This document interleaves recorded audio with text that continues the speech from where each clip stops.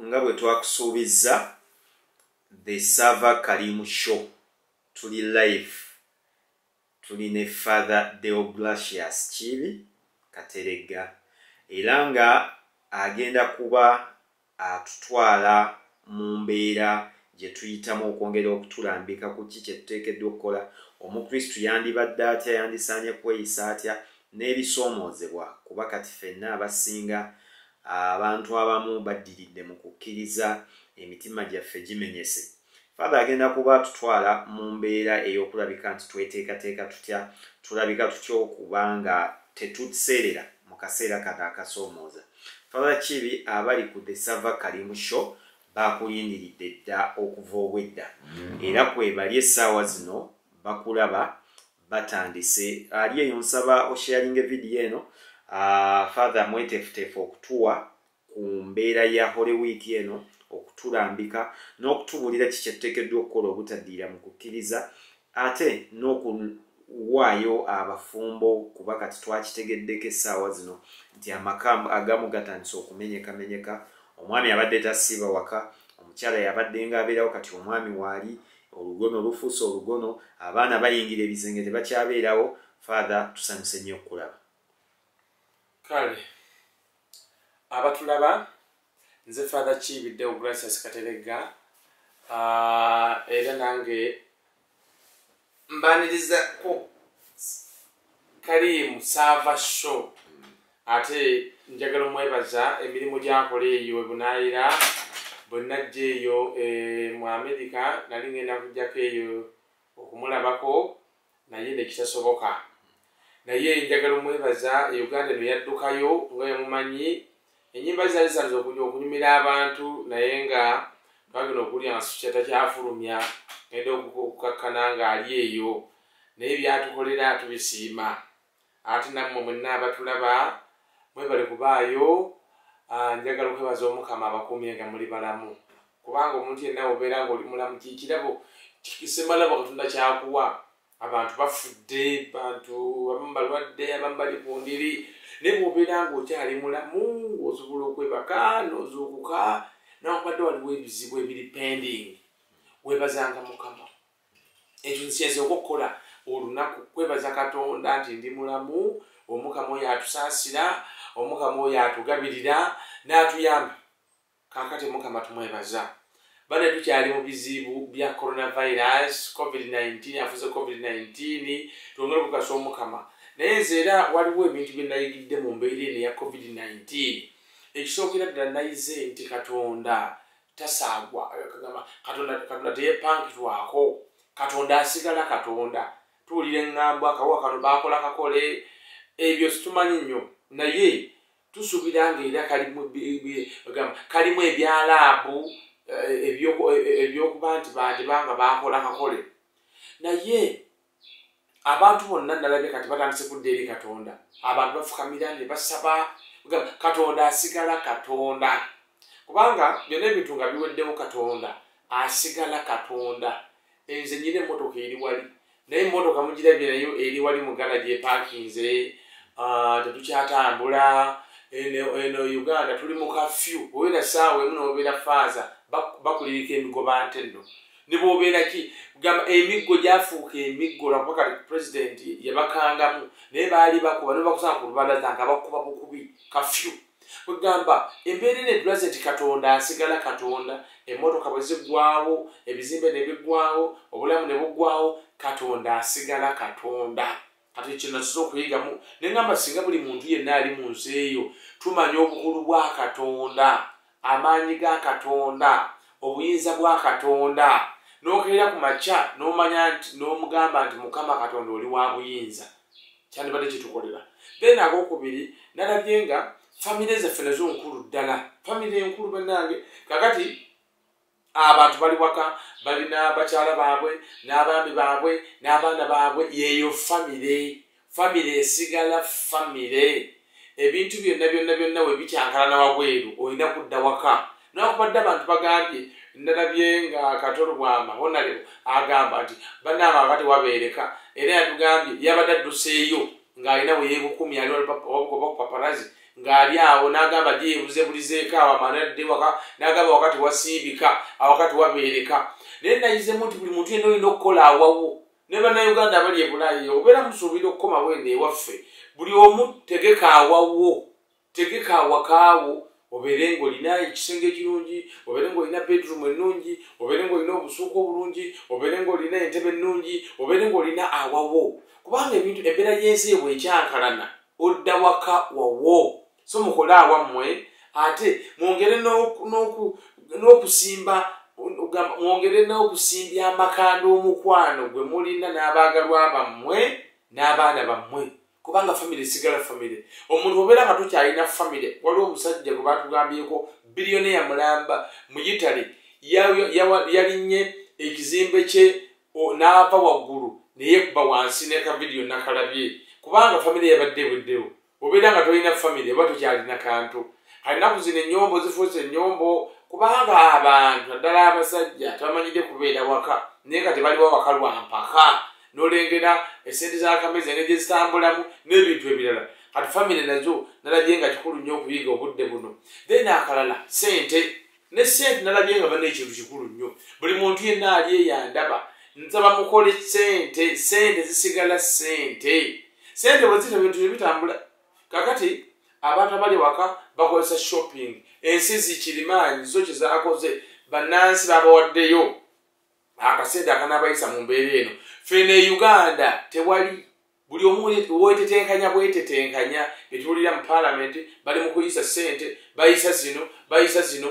zakulwanyisa COVID-19 nefe abantu ba bulijjo tebatufuddeeko twabudde batandise okugaba kawunga n'ebijanjaalo batandikidde Wakiso ne Kampala n'olowoozaamu olwo ab'eggulu ab'Erakai ab'Emubende ab'ewa kibinaatuukadde kakati kwegamba nalabye buli muntu yenna wandibadde olina akasente mukole sente muzinvestinge ate n'ekirala kyenasembeyo kyenayize bino n'ebintu betululwokanira ne betukolerera bw'ofa obireka kati amaka Italy abantu abafudde ennyumba bazirese sente bazirese kwegamba sente zituuka ne ziggwawo n'ebyobugagga kati nalabye nga ekisinga obukulu byokozesa sente ebisinga ddala obukulu naye bana enfundikira ku paati eno ngamba buli muntu yenna bwekuume stay home kati eddagala erimanyikiddwa kusigala waka mubeere waka mwegendereze mwambale obukookolo nga bano zisambadde bukookolo kubanga ndi wano sinnavaawo okuva balangirira kafyu ndi wano sifuluma ndi mu kigo era ne bembeera nabo tubeera wano naye obeera ng'onaafulumako nga bano abantu mwambale obukookolo mulabe tuno mwekuuma mwegendereza bw'olengera omuntu ng'ofunye omuntu yenna bw'afuna osayinisa obulwadde tuukirira mangu abo bekikwatako tubeere nga tutaasa obulamu naye nga bannayeffe tubasabira esaala tusaba tuli mu kulaajanira Mukama era nno kati bapasita ba Uganda bazikidde bonna bapasita bazikidde baali bakola ebiwunyo waliwo mbonye yagambye yabaddeko ewa Katonda eyo n'ayogerako naye n'agamba kino yali yakirabirawo netugamba ne bapasita bamu kati bayiga n'obufere saabamu naye abasinga obungi naye ensangi zino basirise bonna tewali n'omwanyega tewali agoba mizimu tewali awonya balwadde kwegamba bagamba n'abalalu baggwako ku nguudo nali okulowooza abalalu tebabeeranga balala ku kkubo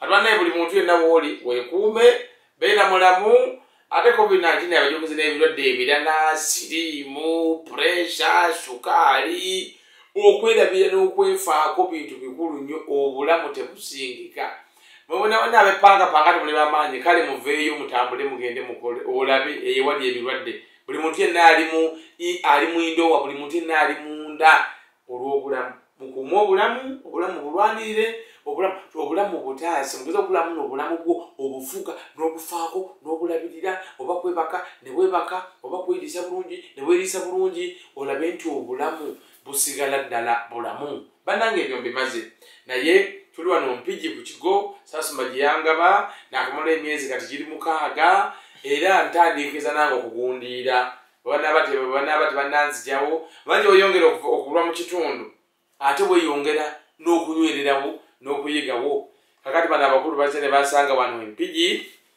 nga Saaba Kalimu bwe yabagambye era ng'ekikonye kuyankwogera ku Holy Week oba wiiki entukuvu bannange nyamukabaza mwenna abasiibye twagamba abantu bannange musiibe kubadda mu kizibu nga kitandika lunaku lwavvu twabasiiga evvu nga tubasindika mu lutabaalo nti mugende mutabaale mugende mubeere abatabaazi namige nga mukola ebintu bisatu twabagamba musiibe twabagamba mwegayirire nnyo twabagamba mukole ebikolwa ebyekisa kati neebaza mwenna abatuukiriza ebintu ebyo kubanga biriko omukisa gwa Katonda bonna abasobodde okusiiba bonna abasobodde okukola ebikolwa ebyekisa bonna abadde begayirire okukamalanga musabira famire musabira abantu abetaaga essaala zammwe mwebale nnyo mwebalire ddala buli muntu yenna kyokoze mu budde buno obw'ekisiibo ekisiibo kino mu mateeka kirina kukoma nkya ku lwokuna olutukuvu naye ate enkya tujja kutandika ate ekisiibo ekirala eky'ennaku 3 ekya Easter Triduum naye ate njagala okubayisaamu wiiki eno entukuvu wiiki entukuvu eno kyeki ye wiiki erimu obutukuvu bwa waggulu lwaki kubanga wiiki eno tujjukiramu ebikuuno bya Katonda bye yakolera ensi Weekend kuva etandika ddi etandika ku lunaku lw'amatabi mujjukira mukama waffe Yesu Kristo ng'ayingira mu Yeruzaalemu abantu baali wali bonna nga bamulindiridde abantu abamulindiridde baalimu ebika bingi mwalimu abo be yali akozeeko ebyewuunyo be yali awonyezza be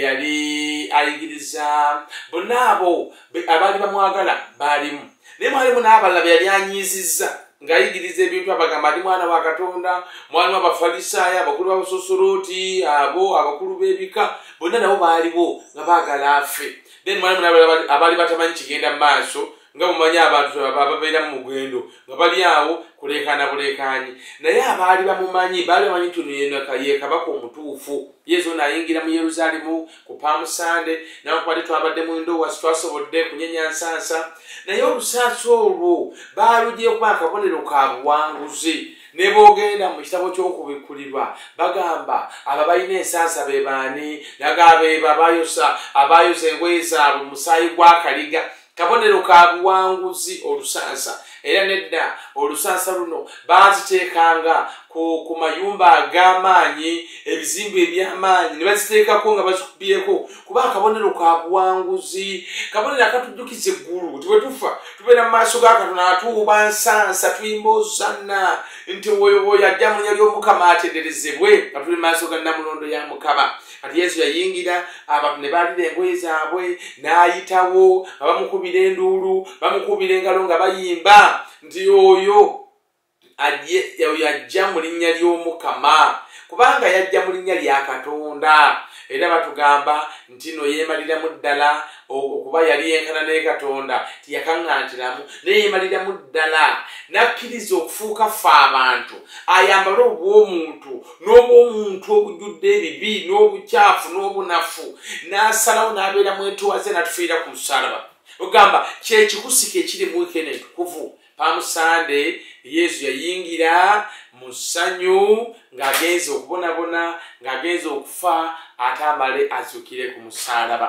kati awo wiiki entukuvu yatandika ku Palm Sunday netutandika ne Holy Monday netutandika ne Holy Tuesday netutandika ne Holy Wednesday then netutandika Holy Thursday then tugende ku Good Friday then tugende ku Holy Saturday ate tugende ku Easter Sunday byenjagala okubayisaamu olwaleero akati bannange lwaki Yesu yayingira mu Yeruzaalemu mbabuulidde yayingira mu Yeruzaalemu atufiire ku musalaba oli yali kabaka omutuufu ddala lwaki kubanga yali mwetowaze Yesu n'obwakabaka bwe obutali wansi eno bweyoleka ng'ayingira mu Yeruzaalemu bweyoleka butya bweyoleka ng'ayingira nga taliiko basirikale taliiko balwanyi taliiko kooti taliiko kintu kyonna kimukuuma kabaka naye ayingira nga kabaka obwakabaka bwe bwali bufuzi obulimu Katonda lwaki kubanga yali mwetowaze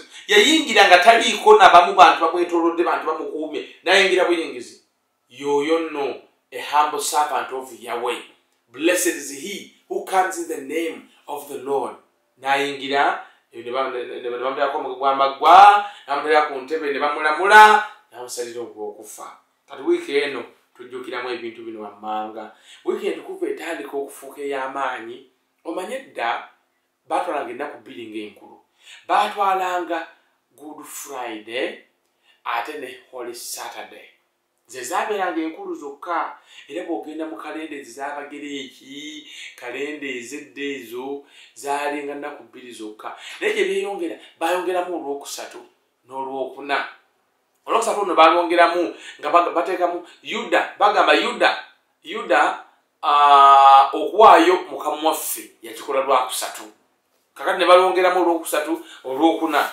kati wiiki entukuvu etuuka n'ekyakira ku lwakuna olutukuvu lwaki kubanga olwokuna olutukuvu luno tutandika Easter kakati lwakuba tuli mu pandemic ya COVID-19 naye twandibadde ku lwokuna tugenda Lubaga mu misa ey'omuzigo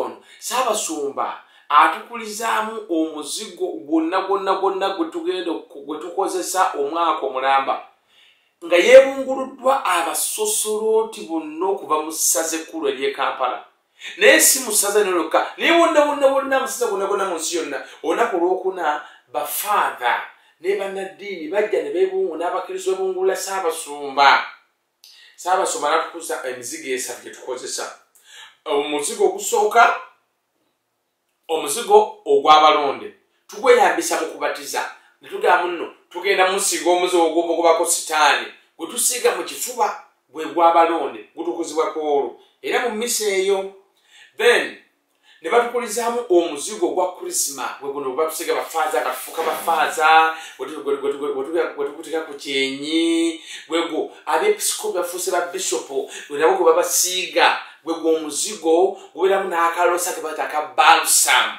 kwegamba nti omuntu gwe bagusiiga obeera owunya akaloosa akakobwa akatonda kakubeeramu nako bagutukuza kwolwo then mulimu n'omuzigo omulala ogwo ogw'abalwadde ogw'omulwadde amaanyi okulwana n'olumbe kati babitukuza mwolwo lunaku era mweyo mmisa era mweyo mmisa abasosolooti baddamu okulagaanya Ssaabasumba obuwulize ne tulagaanya okuddamu okukuuma ebiragano by'obutawasa ne tuddamu ne tulagaanya Ssaabasumba ekiragaano eky'obwavu ate n'okwagala evanjiri tuddamu ne tubiragaanya kitaffe Ssaabasumba naddala ekyo ekyobuwulize nga tusoma essaala Kereziya Katolika ze yategeka akati otumala olwokuna then waliwo ate akawungeezi omanyi eyo mmisa era tutuukiriramu ne institution of the Eucharist olunaku olwo obusosolooti bwe bwakolebwa kubanga waaliwo ekyeggulo ekyasembayo mukama waffe Yesu Kristu alyoke anaaze abatume alyoke anaaze abasajja 12 ebigere ng'abagamba kino kyembakoze kyembamukolanga n'abalala akabonero ak'okuweereza olwokuno tujukirirako yakola esaakalamentu ya Ukalisitiya ate n'ateekawo n'esaakalamentu erya oludiini obufaaza buzaalibwa lwakuna lutukuvu kale tumala eyo mmisa esooka then akawungeezi wali ate mmisa ey'okunaaza ebigere eyo mmisa ey'okunaaza ebigere era mmisa ey'okunaaza ebigere ogamba ye mmisa esembayo ye mmisa etandika Triduum eyo mmisa tunaalizamu ebigere lwaki kubanga ye samale ya Yesu Kristo. All Christians, they know that Jesus came to serve. So the washing of the feet was a sign of servitude. That though Jesus had showed love to humanity by healing the sick, by letting the lame walk, the blind sing, but by dying on the cross was a sign of his true servitude, true servanthood, that he came to die for us on the cross. That's why Krokuno Tukuvu encha misa singa tebadde COVID-19 twali tunaaza abasajja 12 ebigere bali bagamba lwaki temuli bakazi kubanga Yesu era yanaaza abasajja 12 kati akalombolombo ako twakakuuma bageza naye kitaffe omutukuvu Papa Francis bwe yajja awo okundi bwe bagitaddemuuko era nange omwaka oguwedde yanaazaako abakazi ebigere balondanga ebigere edda bakuwanga ne ssente kwegamba akabonero ako kalaga nti Mukama yajja kuweereza. Kati bana abakristo katugenda mu weekend entukuvu ebintu bino tubyebuulireko. Mukama waffe yajja okutufiirira ku musalaba. He was born to die for you and me. And I tell people that what keeps Jesus on the cross are not the nails. No, it's the love of humanity. The love of God the Father. Whatever he did it in obedience to the will of the Father, that he may die for us. He entered Jerusalem to be scourged, to be beaten, to be disgraced for the sake of us, to take our human weaknesses, to take our sins. Yet ebikoligo byaffe byebibi n'atuggyako omusango gw'okubonerezebwa. Kati banne ekyo twebuulirako mu wiiki eno. Olw'okuno olukuva emisa bw'enaaba ewedde tujja kugenda mu Lwokutaano. Olwokutaano olunaku luzibu nnyo. Lwaki? Mukama waffe Yesu Kristo we yafiira. Era mwena bannaye mbasaba abali maka gammwe abali luddawa buli muntu yenna gezaako okulaba nga okole ku buli omusalaba. Naffe ne bembeera nabo wano tugenda kukole ku buli omusalaba munda muno. Mwakimanyako emabegako eyo analengera abasirikale bakalakala n'emmundu wano baali 8 nali mu mbisa wali tulina abantu 5 bembeera nabo wano twongeddemu akwata Facebook live n'omulala asoma abantu 6 eni toto nali wa 7 tusoma misa abasirikale balengano nga bayitirivu bangi nnyo kane nsalawo okuuma emirembe tugenda kukoleredde wansi ne bembeera nabo tambuze ku buli omusalaba. Era namwe kyembasaba banene okubadde muli Bulaaya abali kuno buli omu gajja okulamu n'oyingira ekinyusi kino kubanga ffenna kino kyekinyusi. Mukama waffe singa teyazuukira mu bafu bye tukkiriza byandibadde bya bwereere naye tukkiriza kubanga tukimanyi era tulina proof. Jesus Christ did not only suffer but he died and was buried when people are saying, and he rose again from the dead. Hadn't he risen from the dead, our faith would have been nothing. That's why this week is very, very important. That's why long time ago they could call it a great week. The great week before it came to be popularly known as Holy Week. It was the great week because there are so many great things that happened. The meritorious works of God to save humanity all happened in this same week. Kati kulokutano tukuvu tujja fena kweti ku musalaba tujja kusinza omusalaba akabonero Mukama waffe Yesu Kristo kwe yafiira. Edda ng'omuti omuntu okukomera ku musalaba wabeera criminal wabeeranga mubbi ng'okoze ekintu ekitakoleka n'okutera ku musalaba n'ofa mu ngeri enswaza naye okuva Mukama waffe yafiira ku musalaba ekiti kyafuuka omusalaba. Tugamba ekiti kyatukuzibwa ne kibeerako amaanyi n'obeera ng'osanze sitaani ng'olina omusalaba sitaani adduka akuba eggandula yange ne badde eyozebwa naye nze mbeera nga bw'osanga mu ggandula wano mu Uganda mbeeramu omusalaba mbeeramu ne sappule emisalaba giba ebiri ne sappule kuba omusalaba okuli Mukama waffe Yesu Kristo ke kabonero akalaga nti Mukama waffe yatwagala. Addiini ezimu ez'abakristu ng'abakristaayo tebalina Yesu ku musalaba kubanga bagamba nti yafa lumu naye ffe twalekako Mukama waffe Yesu Kristo. Buli muntu yenna alaba ajjukire nti Yesu yafiira ku musalaba. Kitwaki omusalaba gw'omukatoliki guliko Yesu ate gy'abalala tekuli. Kuba ffe twagala buli muntu yenna alaba ajjukire nti Mukama waffe yafa. Oleme kulaba musalaba mukalu ojjukire nti yafa nti yakufiirira ku musalaba. It before his death omuti kali kabonero ka kuswala naye bwe yamala okufa omusalaba kaali kabonero ka magezi eri abantu abakkiriza. Kalokutano tukuva olwo Mukama waffe ajja kukomera ku musalaba era afe. Ekikulu ekiri omwo ga mmisa gyetandika ku Lwokuna tetuddamu kusoma mmisa ndala. Era omukolo ogw'okusinza tukeera ku makya ssaawa nga 5 ne tutambuza ekkubo ly'omusalaba wonna. Bwe tumala okutambuza omusalaba mu kigo then tukomawo ne tuyingira mu ekereziya ne tukola omukolo ogw'okusinza omusalaba n'okukiisinga omusalaba ogwo. Tugamba nga tugezaako okuwa ekitiibwa omusalaba fe abakristu kubanga obukristu buva mu Kristu. Obukristu buva mu kuba nti Kristu yatufiirira katukiisinga ku Kristo cross okulaga nti yes Mukama waffe yatufiirira ku musalaba. Otumala okiisinga omusalaba then wabeerawo okufuna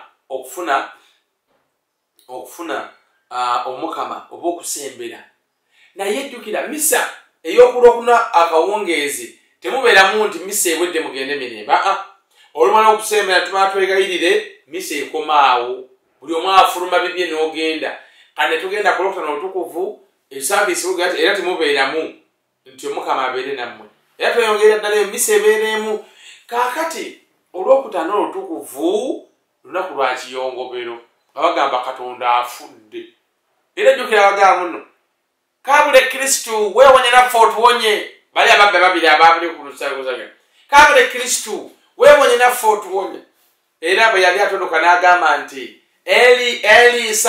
eli lama sabakitani bali nabalowooza kirabika ayita Eriya kubanga mujjukire mu transfiguration abamu kubaalabika yali Eriya ne balowooza engeri gye yalabika kirabika ayita Eriya naye yali agamba nti my god why have you abandoned me kugamba katonda wange lwaki onjabulidde lwaki Yesu yayogera ebigambo ebyo okwoleka nti yali katonda ate yali muntu nti omuntu yenna olina okuyita mu kubonabona oluke ku kirungi kakati olwokutaano olutukuvu olwo saavisi bwe gatembeeramu era nti emisa ewedde mugende mirembe naye akawungeezi ako wabeerawo okuuma omukama era omukama tutamujja mu tabernakulo ne tumuteeka awantu awalala ne tutageta esimaani kati omukama n'abeera eyo kati ekiro ekyo ky'olwokutaano Yesu ng'amaze okufa tumukuuma nga tukuuma entaanaye naye tugikuumira mu kukkiriza era abeerawo okusinza esaakalamentu mu mpalo bwe tubeeranga mu bigo kati singa tubadde ekizibu kyonna kyonna abantu badde tulya biina ebyenkola enkatoliki abasamaliya abejja bikira mariya ab'omutima gwa Yesu abacharismatic naye kati nze nagaya bano bembeera nabo tugenda kusinza mpalo omwomu zinyagira ntuleyo buli omu ajja asinze tekikasa twagende tewali bintu byakubba katonda tulina ffe okubeerawo okulaba Kristo bonna tujja kusinza esaakalamentu eryo tujja kusinza omukama ekiro ekyo ku lwokutaano paka ssaawa nga 6 kakati tubeera nga tukuuma mukama abantu nga bakyatidde bane mukama afudde kati then tugenda ku lwomukaaga kati olwomukaaga tebayita holy saturday kati holy saturday eno olwokunaawuno olutukuvu omanya ku lwomukaaga olutukuvu waliwo ekintu ekyenjawulo ekibaawo kekasitisa it is a silent Saturday. Why? Because everybody is in disappointment. They're asking themselves, wow, as God died, as Jesus died, the one who resurrected Lazarus from the dead after 4 days. After 3 days? After day? Kabone kakasirise. Ensi yonna ng'erimu disappointment. Buli omu ng'ali mu kutya. Katonda afudde. Abakristu nga beekwese. Babasekerera. Mwali mwewaanya. Kati laba. Ne bali abaali bagamba nti nno. Yali agamba nti ajja kuzuukira nga bagamba bituufu. Gamba Saturday eri silent. That's why ebitabo ebimu bigamba olunaku olw'omukaaga baaluwanya ffe Bikira Maria. It was dedicated to the Blessed Virgin Mary. That's why every Saturday we put on white. If there is no any solemnity, we put on white. Why? That day was dedicated to the Blessed Virgin Mary. Why? Because though everyone was thinking that Jesus had died and they had no hope, Mother Church believes that in the heart of the Blessed Virgin Mary, she knew that her son would rise from the dead. He knew that God cannot die. Nyaffe Bikira Maria yali essuubi alirina ng'amayiti mukama waffe Yesu Kristo ajja kuzuukira mu bafu. Lwaki olw'omukaaga lunaku lwakasirise silent Saturday. Tulina kukola kimu olwo olunaku, tulina kusoma sapule olwo olunaku, tulina kubeeraawo mu kusiiba. Banaye okuva enkya waliyo triduum fast, ennaku 3 ez'okusiiba. Abasobola mukole dry fast, tusabire kano akawuka coronavirus kubanga tewali kyatasobola. Lwene olw'omukaaga lutambula bwe lutyo abe mpaka akawungeezi kati akawungeezi kyekiro ekitangala wekyawangulira enzikiza era banaye emikolo gitandikira wabweru wali bakomawo ekyoto ne babeerawo okugamba emikolo egy'enjawulo gye bakola ku musubbaawa naye ng'era girimu nti Yesu is the alpha and omega yentandikwa era yenkomerero kwegamba ebigambo ebirala biriko nti no Yesu eyali ali era aliba kwegamba ataggwaawo kwegamba tukolesa omusubbaawa netuyingira mu ekelesiya inga tugenda tulangirira Lumen Christ ekitangala kya Kristu atugamba Deo Gracias Katonda yebale Lumen Christ Deo Gracias ekitangala kya Kristu Katonda yebale kakane tugendanga kuwankaki mu makati ate neno otuukawo ne bayimba exulted eyo egezaawo okulaga nti enzikiza yaliwo mirembe gyonna ewanguddwa nera neno babuulira nti Yesu ku lw'omukaaga bwe yafa lwaki Yesu yakka emagombe kubanga mu nzikiriza tugamba nti nno n'afa n'abonabona n'afa n'aziikibwa lwaki Yesu yaziikibwa Yesu yaziikibwa mu ntaana asobole okugenda okugjayo abantu bonna abaali baafa nga tannabakujja bonna abaali baafa nga tannajja yakka magombe abajjeyo okuva mirembe gyaffe Adamu nti ogamba bwazuukira buli muntu yenna amukkiriza abeere mulamu mu bulamu buno n'obulijja akati banne era kyekyo kyetulangirira ekirimu exulted tuyimba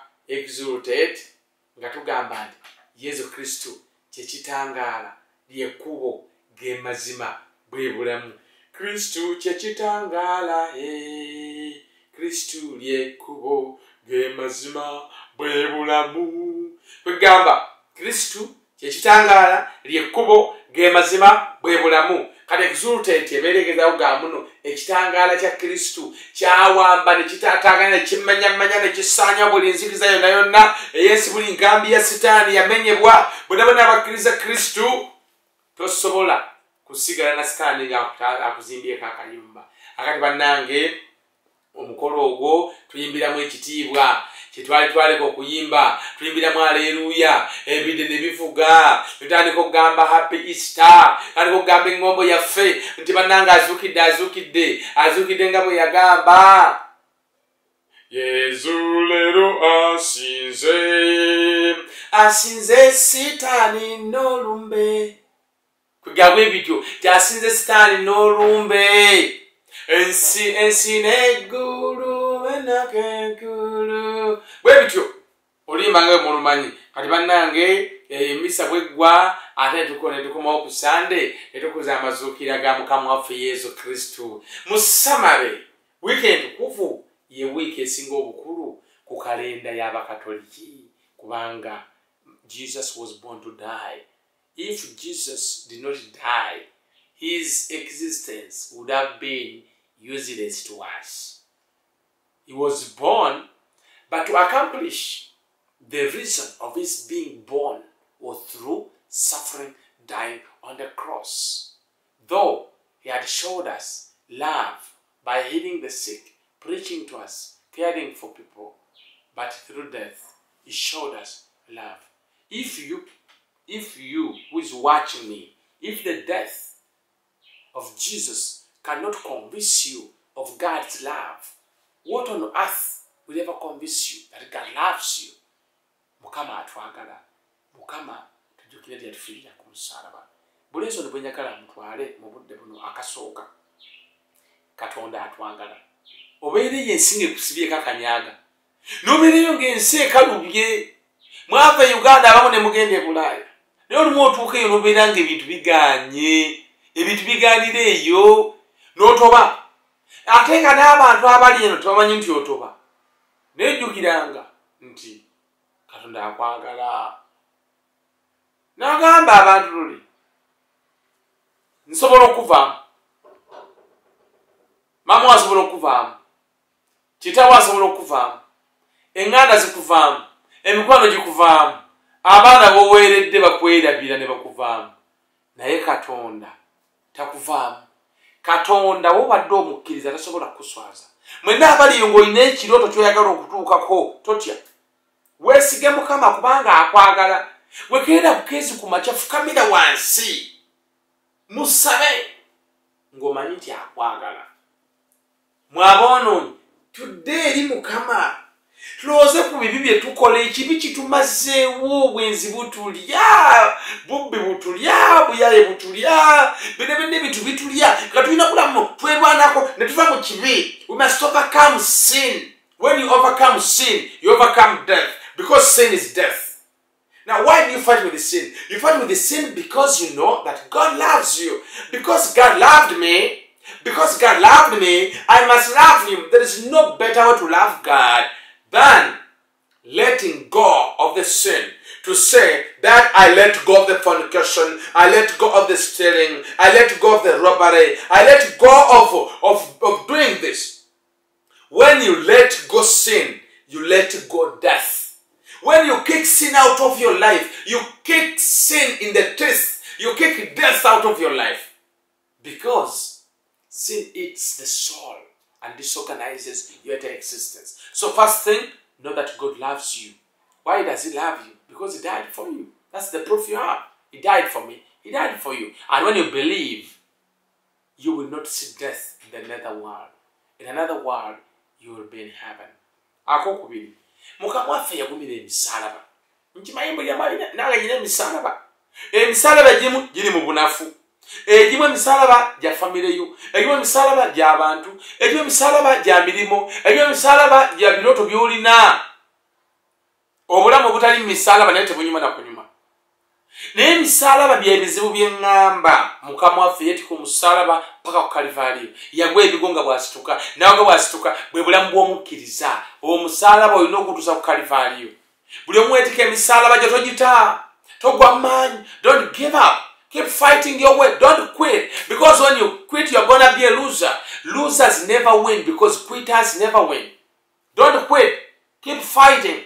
Don't get discouraged. Keep fighting. Keep moving. Keep moving forward. Keep aware that one day you will overcome. Like Jesus was able to go through the cross. Every champion, every successful man, every successful woman has always, at one moment, had that urge to give up, to let it go, to give up. But you know, there's always an inherent, independent voice in every human being that always tells you, don't give up. Be like Jesus. When you fall down, rise.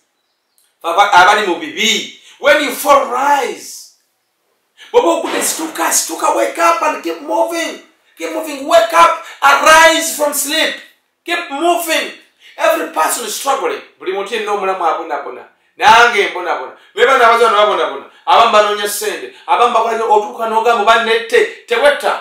Don't commit suicide. No. There is a better way of life. And the opposite of the situation you are looking for is in that situation that you are going through. Be like Jesus. Continue fighting. Continue trying. Continue planning. Don't give up. Even on your deathbed, don't give up. Have that fighting spirit in you. Fight, fight, fight. One day you will overcome. Then 3. Betrayal. Jesus was betrayed. I've come to know, even if you do whatever good things, you cannot please everybody. What did Jesus never do? He healed the sick. They saw Lazarus rising from the dead. But people never believed him. People never believed him. So, nebona akolota tosubira buli mutajja kwagala. Temukola kusanyusa bantu. Kola kusanyusa Mukama. Abantu ba disappointing. Owulira abantu ne bajja mu kyalo. Naye era ne bakwirabira. N'oleeta mutowo makaaga n'omuwa emirimu n'ayatwala mu bbaawo. People disappoint. Men disappoint. Women disappoint. Kuba ne Yesu abantu bamuvaamu bamuwaayo. Kiki ataakola? Yabaliisanga emmere n'akola ki? Naye era baamaanyi ne bamutta. Mumanyi tosobola kusanyusa buli muntu. Abantu abamu ne bookola otya tosobola kubasanyusa. Tosobola. Ne bw'obeera okoze otya. N'obeera buwadde ssente. Abamu kati abulaayo eyo mwakuba n'okuweereza ssente kuno. Naye okubanga ssente zo baazibba tekigaana kwongera kuyamba banako kuyamba beewammwe ate onaayamba baani oba tuyambe maama wo tuyambe taata wo obeera ebulaayi eyo maama wo abonabona jjajja wo abonabona baganda babonabona naye obeera owa ssente abalala abeeno bafa babonabona ssente onaazinyumirwa ezo bw'okomawo kuno ng'osula mu woteeri nowamwe tolinnyayo ng'olinga mbega w'ekibuga oba onaayambaani kati kwegamba tosobola kusanyusa buli muntu awo disappointing ate ne bane naamwe abali ebulaazi nabagamba mulekere okusindikira ssente ojja kunsindikira ssente nze maama wo nyina ebizibu kugundi ojja kunsindikira ssente nze taata wo nyina amabanja ku kyalo ssente nzirye nkulimbe ogezao okunkangamu kukolimire kakati awo kisinga obukulu tompereza ssente zompanze nga kitaawo nga maama wo mpa zange zakulya temutusindikira mbekemu taata ngulira poloti onzimbire ssente ne tuli bubi kati abantu banoze kati ewange kati sirinamu yadde ssente bwesangamu ekyetaniza n'okuddukamu nembuuza kivuddewo tekiriimu naye katugamba eno bwavu butulyawo kati bannange eno ekembagamba ne bonaakola ebirungi bitya tosobola kusanyusa buli muntu kati tetuna father chi abantu bagamba father chi naye nebwoyigiriza oti era waliyo agamba batakwagala lulwe bagambye amawulire bane tebansiba nno bantu bagamba bansiba naye tebansiba onsiba otya akati abantu nagyako no social media nenkeberako kundi naye abantu nga banvuma ne bagamba musajja gwe bwoyigiriza biringa ebyamagezi naye oli musiru bantu banvuma obusiru banvuma obugwagwa ne bagamba omuntu ategeera lwaki togonna amataka ga gavumenti kati aba mbagamba Jesus was also betrayed ne bonaakola otya oyinza okwagala omukazi n'otunda n'emmotoka manyi tebalidde ssente balenya kumaka akasooli n'otunda emmotoka n'otunda buli kimu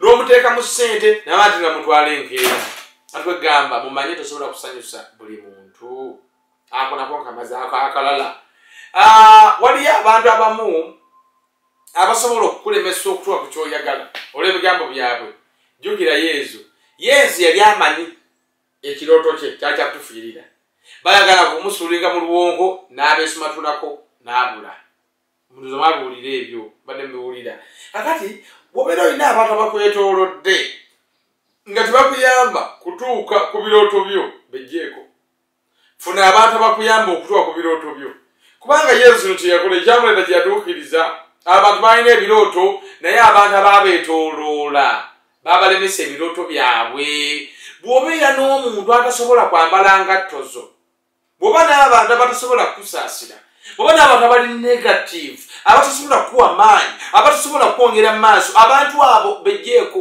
funa abantu batono abasobola okuyamba okutuukiriza ebirooto byo abantu abasinga baba batulinze tugwe wansi kati bannange yesu yageza okulaba okumanya kyayagala omanyi kyemwagala mu nsi oba omanyi kyoyagala kimanye era wamma kikolerere then akalala bwe weekwasa katonda n'okola katonda kyayagala togenda kusemba laba mukama waffe yesu kristo yagezaho okulaba nti atuukiriza kyalina okukola kubanga era yagala okukola katonda kyayagala mukole katonda kyayagala bannange amateeka 10 mugakwatenga makulu musinze katonda nga muwala okusamirasamira n'okwesiga ebitaliimu mugende nga mumasinzizo mufune akadde ne mukama katubadde mu enclosures olwa covid-19 naye era waliwo abamu nga ne sala tosomye nze sala zensomye wiiki eno mbadde nodde okuzisoma era banamona abali ewaka nga muli mu kulya buli mmere muli mu kunywa bunyimyenge muli mu kutamirira butamiizi muli mu kulaba katuyuni muli mu kulaba firimu tofunye kukadde kusaba na famire yo naye mukama akwewuunya abatafunye kadde ka katonda mu karantini when you ever go ate namaane mugamba nti mwesiga katonda mukama ananyamba mukama n'ayamba ate nga n'obudde buno obwa karantini tomulaze nti mukama nze wuwo bino bintu si byakwogera bwogezi Ibulayimu bamugamba nti va wano ogende gye nnaakulaga nagamba abantu to claim the blessing of Abraham you must sacrifice something. So to claim the blessing of God, you must sacrifice time for God, time for prayer, time for the rosary, time for worship, time for talking with God. Because prayer is the only language that God can understand better from his human lips.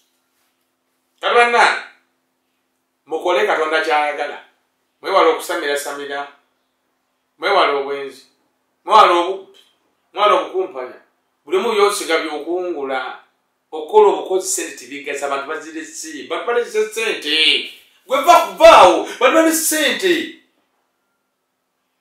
bano ba president Arap Moi yaleka sente mmeka how many $1 million did he leave bamubutu baleka sente mmeka bantu nga balese sente maama obutimba bwa sente bazirese museum bazirese bamune yafunyiza okukola sente naye akoyo kone kavunda ojja kugenda muliro okutazikira gwabwerere kuze okula muno mukama muwo obudde osanga abafubuka ene mu Uganda ne bagaba ne mugendeko mu masinzo tebagala genda masinzo ekyo bakibakola sente n'akola sente teziwera n'akola omulimo n'akufaanana osanga omuntu ng'akomaga mbugo n'akomaga embugo myaka 10 waziviramu era ng'afaanana nga lubugo ganga byakudya byafaanana osanga omuntu ye ng'atunda mbizi kuzitema nazisiika tagenda mukerezi ogenda okulengeranga gye beeyongeranga naye afaanana nga mbizi kati njagala okubasaba emirimu egyo mugiteekemu Katonda bonna atogitaddemu Katonda ojja kuva mugikola gikukole kati kyembasaba muteeke Katonda bintu byemukola sobola okufuna ne bana abajja wano okutulikodinga muteekemu Katonda onanga tobifaanana tobitaddemu Katonda ojja kulaba face eringa kamera eno ekodingiramu muteekemu Katonda sobola okufuna mufunamu obulamu sanga abaana basire kwene abasajja babula abakazi babula naye kati akaleba karantini gwe sire kwene oli mu nyumba webira bwebyuzi wekolako makeup mutayako saawa 2 omujja 12 oli mu nyumba n'ogenda mu nankani n'ogenda mu ndabirwamu n'ojaje n'otunulira funa akadde ogendeyo ogende ne Katonda funa akadde ogende ne Katonda bibi bitulina okuba nga tuli mu kukola ne banne mwenna abakirisitu mwenna abayita abakkiriza nga karantini ogimaze kutosabye essaala temuli bakkiriza muli bafere era Mukama abalaba Mukama ajja kunyamba Mukama tajja kuyamba kubanga tomumanyi karantini toyina sala z'osomye muli mu filimu kulaba pornography muli mu kulaba bintu byangirigiri kati oli awo nana amaaso gonna gafaanana bwembwerere kuba muli omu kati yadde okufuna akadde okogerako ne Mukama bamunati mukoza tunakyayagala temugenda kukola osanga abantu babya amataka ga bannaabwe bakoze batya bakoze buli babikoze balowooza banaakumazambiro pe mwenna abakoze ebive those bive will catch up with you feka tubaleke mukolenga mwagala mukole bino naye Katonda ye alaba mukole Katonda kyayagala kati bannanga kasemberayo ddala Mukama taswazibwa Yesu yamala n'azuukira akati mwenna abalwana abalina nyomukola togwamu maanyi omusalaba guyitemu ojja kuwangula victory is going to come after the cross. Go through the cross. Go through suffering. Abana bali masomero. Kano kadde kakusoma. Nyweze kalamba aba. Kiboko guma. Ojja kutuukayo. Mwabafubuka abali eyo. Ngotetenkanya. Oba okya kasooli. Oba oli kugonja. Tofaayo. Oba otandikiddewa. Don't worry. Just give in your best. Yita mu mbeera eno eyakanyigo. Eno embeera eyakanyigo egenda kulongoosa ogwanira omukisa gumwetaaga. Emikisa tekigenda wabanafu. Emikisa gigenda eri abo abali proved abensi bebeera eaprovinze nti basaanidde beebo embeera nekutulugunya wamama abali e Bulaaya mukimanyi bulungi engeri gye mwagenda e Bulaaya eyo abasinga mu bensanze mwakola mwali mukola ebikolwa ebirungi abamu mwali basabafumbo abamu mwali bannaabafumbo abamu mwaweerezanga mu ekereziya abamu bazadde bakatekiziti bali basomesa abamu baweerezanga mizikiti abamu bakola kikyo lwaki muli Bulaaya eyo kubanga bazadde bammwe baweereza Katonda mu bya Katonda tewali vain labor. Matters of religion are matters of principle. When you are serving God, there is no vain labor. No vain labor. If human beings cannot pay you, God will pay you. So lwaki muli eyo abamu mwato banno wano abamu mwamala kubonabona abamu abasajja babazaalawo ne babasuulawo n'olabanga ekikolimo okusuulawo naye ate nga okubeera single mother was the capital for you to get a visa. Not everybody got a visa. Abamu Mukama yabataasa obutabawa visa kubanga banafu yabalaba ng'ojja kugendera kunafu e Bulaaya tewali banafu kati muli mu karantini abamu abatalina apapula tulaba n'embeera nzibu kati singa Mukama yaleeta banafu era abamu visa baazibamma naye mwe ne muyitamu kubanga abamu muliko emikisa abamu kummwe wammwe mumusinga ke kataala abamu kummwe gweyo kakataala akaako ewammwe obusigadde bwazikira mukulu wo bamusiba addako awo naye ali abaali bibye addako yabwe eddalu nga egwuka aliyo abamu kummwe sente ozirina we kawaayi katonda atunulira mutima mukama bwe yatuma Samweri agende mu nyumba ya Isaaya oba Yese agende anoge n'agamba nti omu ku baana ba Yese agenda kufuuka kabaka ono Samweri bwe yayingira mu nyumba n'alengera evvubuka era lisinga obukulu bwe yajja bweriti n'agamba kiraka yono mukama gwalonze mukama n'agamba oyo si gwe nnonze abaana bonna omusanvu ne baggwayo naye mukama n'agamba ati bonna omusanvu siina gwe nnonze kakati ono Samweri n'abuuza Yese nti owaayi bonna abaana baweddeyo n'agamba nti waliwo omu gwe twasimbisa agenda alabirira ebisolo Dawudi kyekitegeeza taata wa Dawudi tiyalaba busobozi mu Dawudi bubeera kabaka naye ate Katonda nga kabedde mutima yali muganzi engeri gyebiirangamu ebisolo ng'omulimu akola bulungi ate nga mwana muto naye Samweri yagamba bakulu ba Dawudi temutuula musigale nga muyimiridde paka omwana oyo wajja omwana yali anyoomebwa n'ayimusibwa najja nga bonna bayimuse ne bamufukako omuzigo n'afuka kabaka n'ayambala mwoyo wa Katonda mukama bw'atyo bw'akola asitula abatene asitula abeerabiddwa asitula abo mukama abamu yabala badda kuva buto ng'olabirira banno ne waliwo abantu abamu kuva buto nga bakuba bato baamu n'akusuna n'akuba n'akulyako emmere n'akola ki mukama ng'alaba wuddukira emyaka 2 ogamba mukama njagala genda Bulaaya takutwalayo abeera manyi nti omutima gwo mubi nnyo ate lwaki abantu kali bali mu makanisa bawanisa emikono basaba ne basaba esaala paka budde kutya n'amaloboozi ne gafa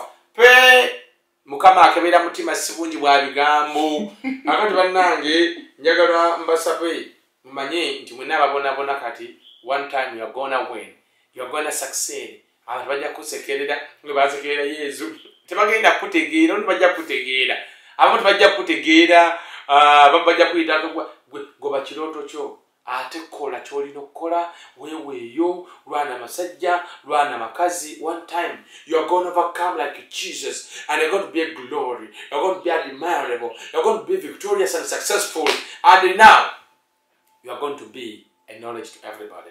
Bati bangenjo gende kubyamaka amaka kati bannaye abasajja bali waka abakyala balika wane Uganda bannange mwabali e Bulaaya ntalo simanyi bwe kiri naye no ntalo nega ndabagandi buli muntu yenajjukira olina okuba n'awaka awawo oba opangisa buli muntu olina okuba n'awaka awawo ate awakanga balungi muna bannaye abali mupangisa nze mbasabira mukama abakwateko bannange ne bannange mulwane nagawaka abantu bane wali omuntu gusanga apangisa naye engeri gyalyamu ng'alyanga nnyini nnyumba kumande enkoko kulwokubiri nyama kulwokusatu ng'alyanga nnyini nnyumba ng'alya n'okusinga landiroodi ebintu bya saving abamu babyerabira naye bannange buli muntu yenna mulwane masajja okubeerako n'awammwe bino ebintu by'okubanja nakusuulira ebintu ebweru mulwane bannange ofuneko awakawamu bannange mwabali awaka bataata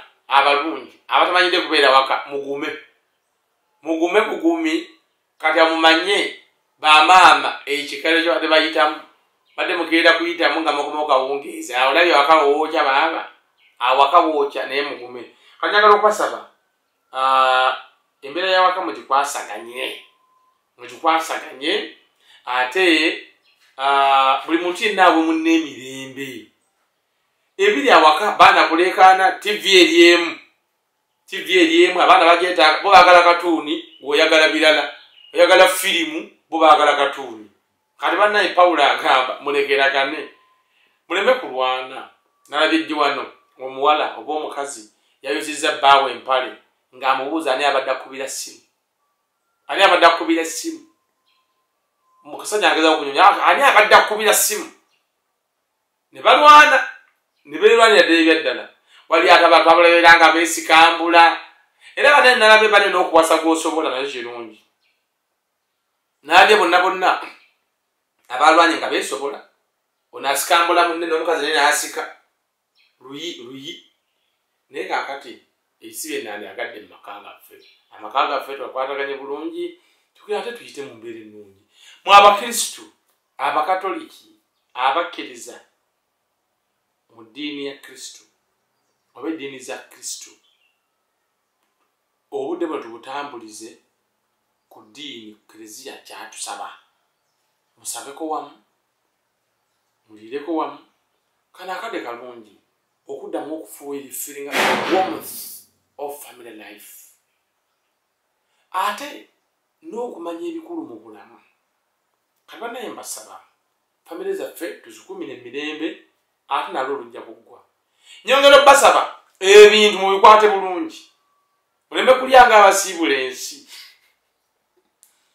emmere mufumbe entonotono sente ne mubanja musooke mubasaasiremu bazijjewa balandiroodi mbasaba musaasiremu abantu sente bazijjewa naffe wano kwekereziya tulinako balandiroodi tulinako batenanti naye twasente tubalekamu tugendagenda kubanja abantu nzikye mbasaba bannange balandiroodi musaasireko abantu mu budde buno gwe sente bulijjo mufuna ziddawa bannange musaasirewo ku bantu wemu omwezi oba wemu omwezi jagafaaza yogerera kubanga nyumba sizizo naye ngeze okukola abantu banne muyambeko buli muntu ayite mu mbeera eno then fe abakyafuna emisaala kuba abamu gye muli sente ezikyajja alawansi ezikyajja sente mutuweeko mu bigu katulano ku kigo bannaye kati mugaa sente tuzijjamu ku sande abakristo bajja sente mufuna palisi netambula naye kakati weekisi zizino bbiri tugenda mu yakusatu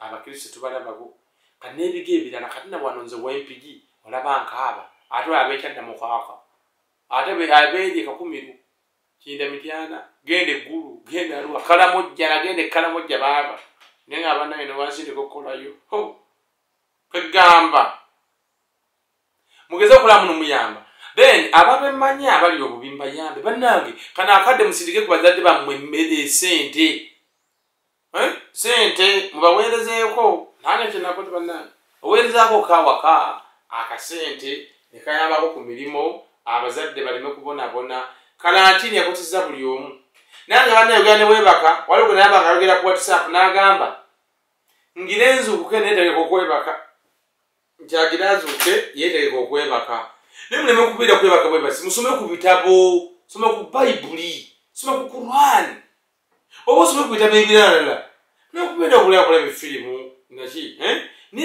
mufune ekintu kyemukola mwabalina kampany muziplaningire tululako wansi oplaningire kampany yo plan for your business, plan for your future mugeza okulaba muno mwenoonya evaluate yourself abamu tubadde tukola nnyo you have a moment to rest gabannange family zaffe zino twongere okufuna the love of a family ate nga obiraba embeera ensinga etabuse buli omuddawo kano naakadde bakyala bakulu baaliddemu kuba waliyo abasajja bama batabeera waka abeera eri oba mukyala muto oba abeera muloogi oba abeera luddawa naye kati muli waka obonane katolo lwama yagambye nti katonda kirina kikoledde bakyala bakulu ate bane bongere okubeerako awaka n'abaana bongere okuwulira empunya yo bongere okuwulira eddoboozi lyo bongere okuwulira obeereko awaka buli family muzannyeko n'abaana balina abaana abato beerako awaka with your family abaana bongere okubeera close naawe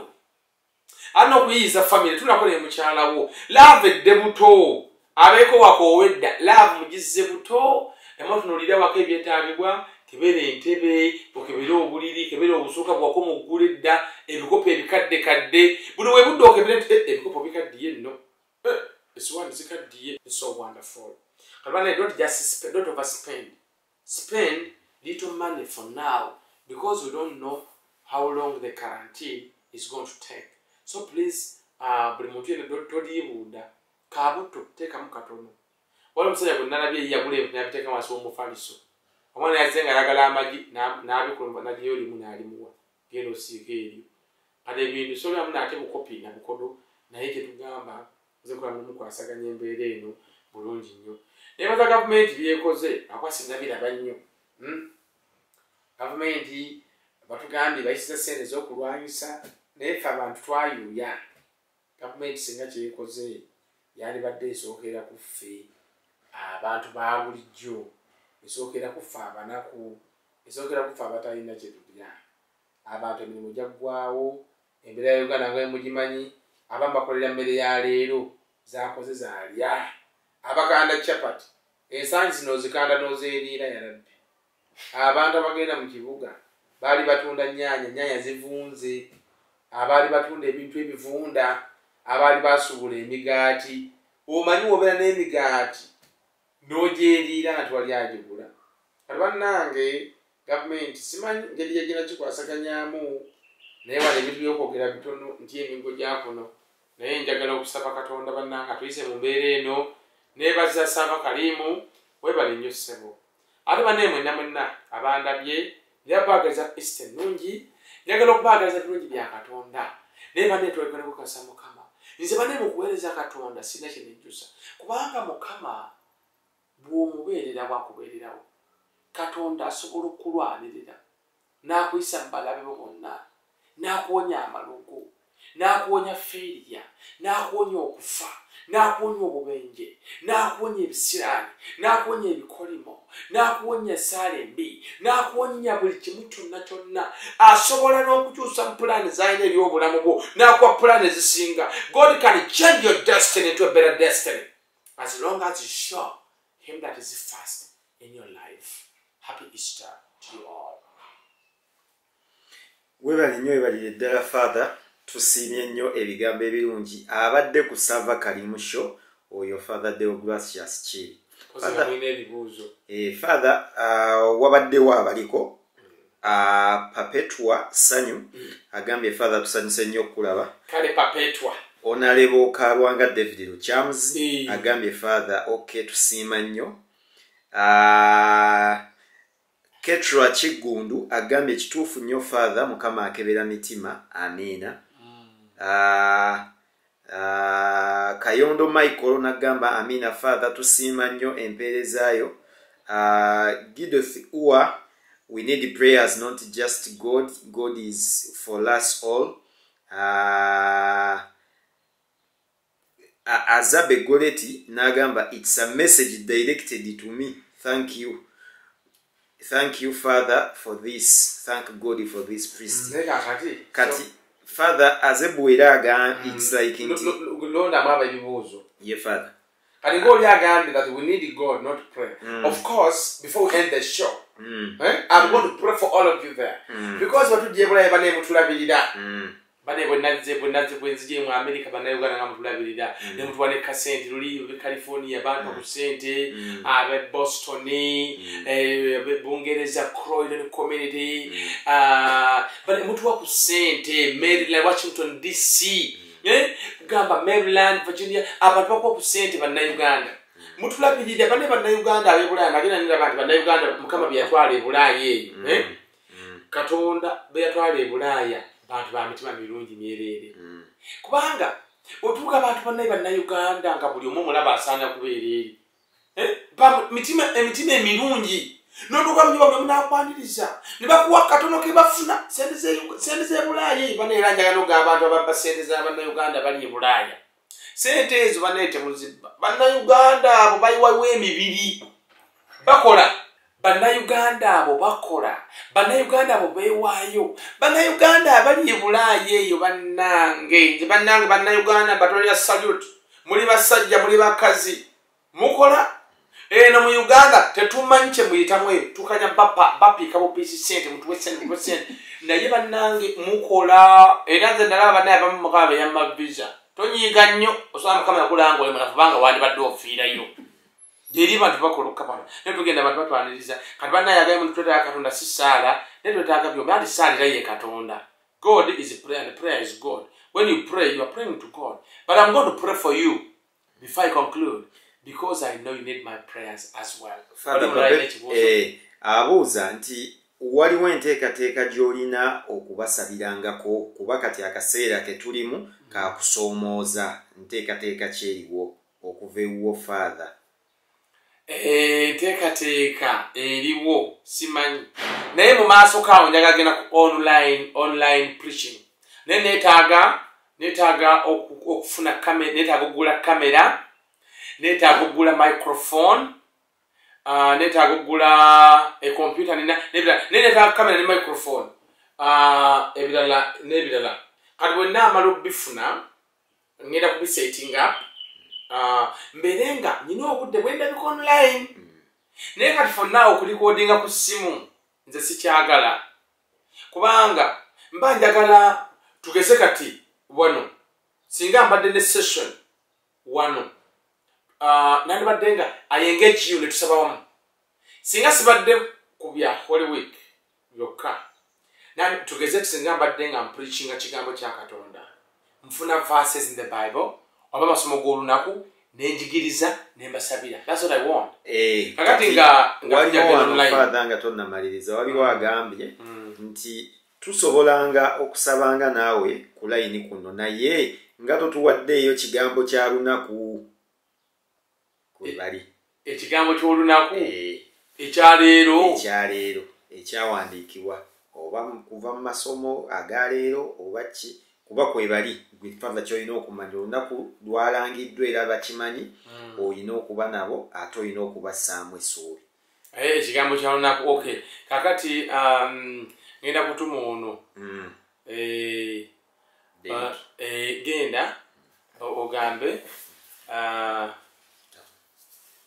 alida kankutume ndoza genda wano ogulewo tekunulya biri munda nnyo kebera kuguloneze my ipad ogiretere wano kakati amasomo gonna ngenda bwamu naye nga basically tuli mu Holy Week tuli mu Holy Week weekend kuvu gye tulimu era nga gamba kyekikulu ekikulu kya weekend kuvu weekend kuvu.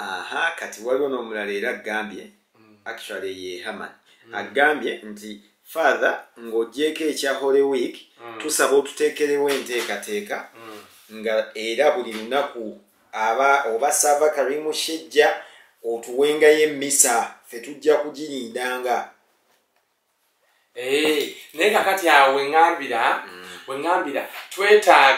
neetaaga banne nfuneyo munnayuganda omweyo omanye mu America eyo kamera nga zino osobola okufuna kamera second hand ate omwaka guno esobodde kugenda bw'obeera ng'olinayo kamera yonna gwekubira saava kalimu omumpeere kamera then ne microphone emu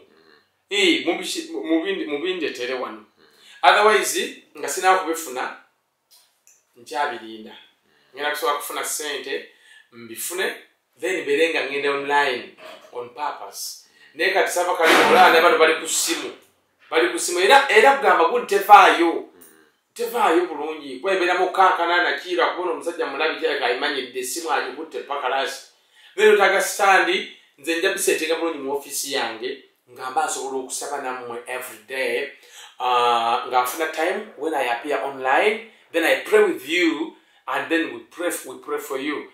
Kakati bana ekijja kujja nga nfunye kamera ne microphone but for now we can't. It's a little bit hard. It's a little bit hard. Ate ne bano kati babeera Kampala eri banga bampijji wano kati basobola kuvuganga mu motoka every day. I need a personal camera and the gadgets to record myself and to get myself online. Yes. Kati era kati tulinawo era Perpetua yabaddeko wali agambye I'm really happy to be a member and a follower in Sweden, Stockholm. Onali Sweden. Sweden bana Sweden mbalamusiza bana nyine y'abantu mu mikwano gyange mu Sweden. Era bana lumu lya kugenda ku Sweden. Emusende lumanyi bw'otambulako ensi ogwamu amaalo.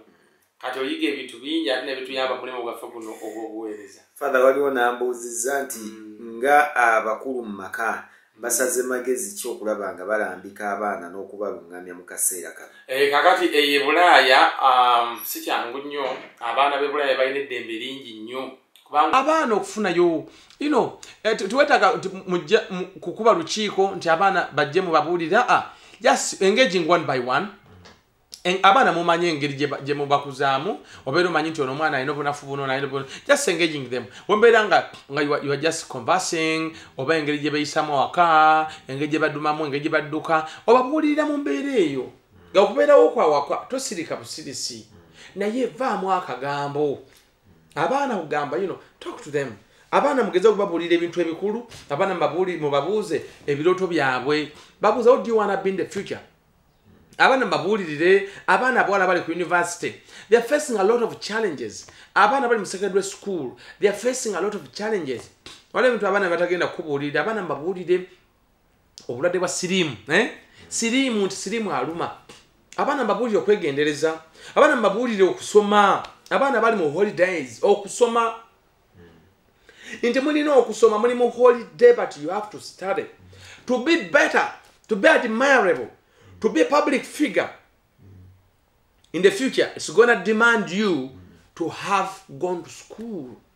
Bobera nga togenda ngo kusomero ojja kalubirirwa. Ate ne government ezirijja atogamba inaatufiirako bufiizi. Neja kutuuka egende kubanga government sajja ddala ezigenda. Basajja bamanyi ba field marshal amini yayina title nga 10 ameka yamala n'agenda ne bano bajja kugenda. Akati government ebeena ddako gye bujja ndabanga empapula zo ez'obuyigirize zijja kubeera nkulu nnyo for your success. Abaana mwenna abanda babasoma, I want to remind you about the importance of education. You must study hard.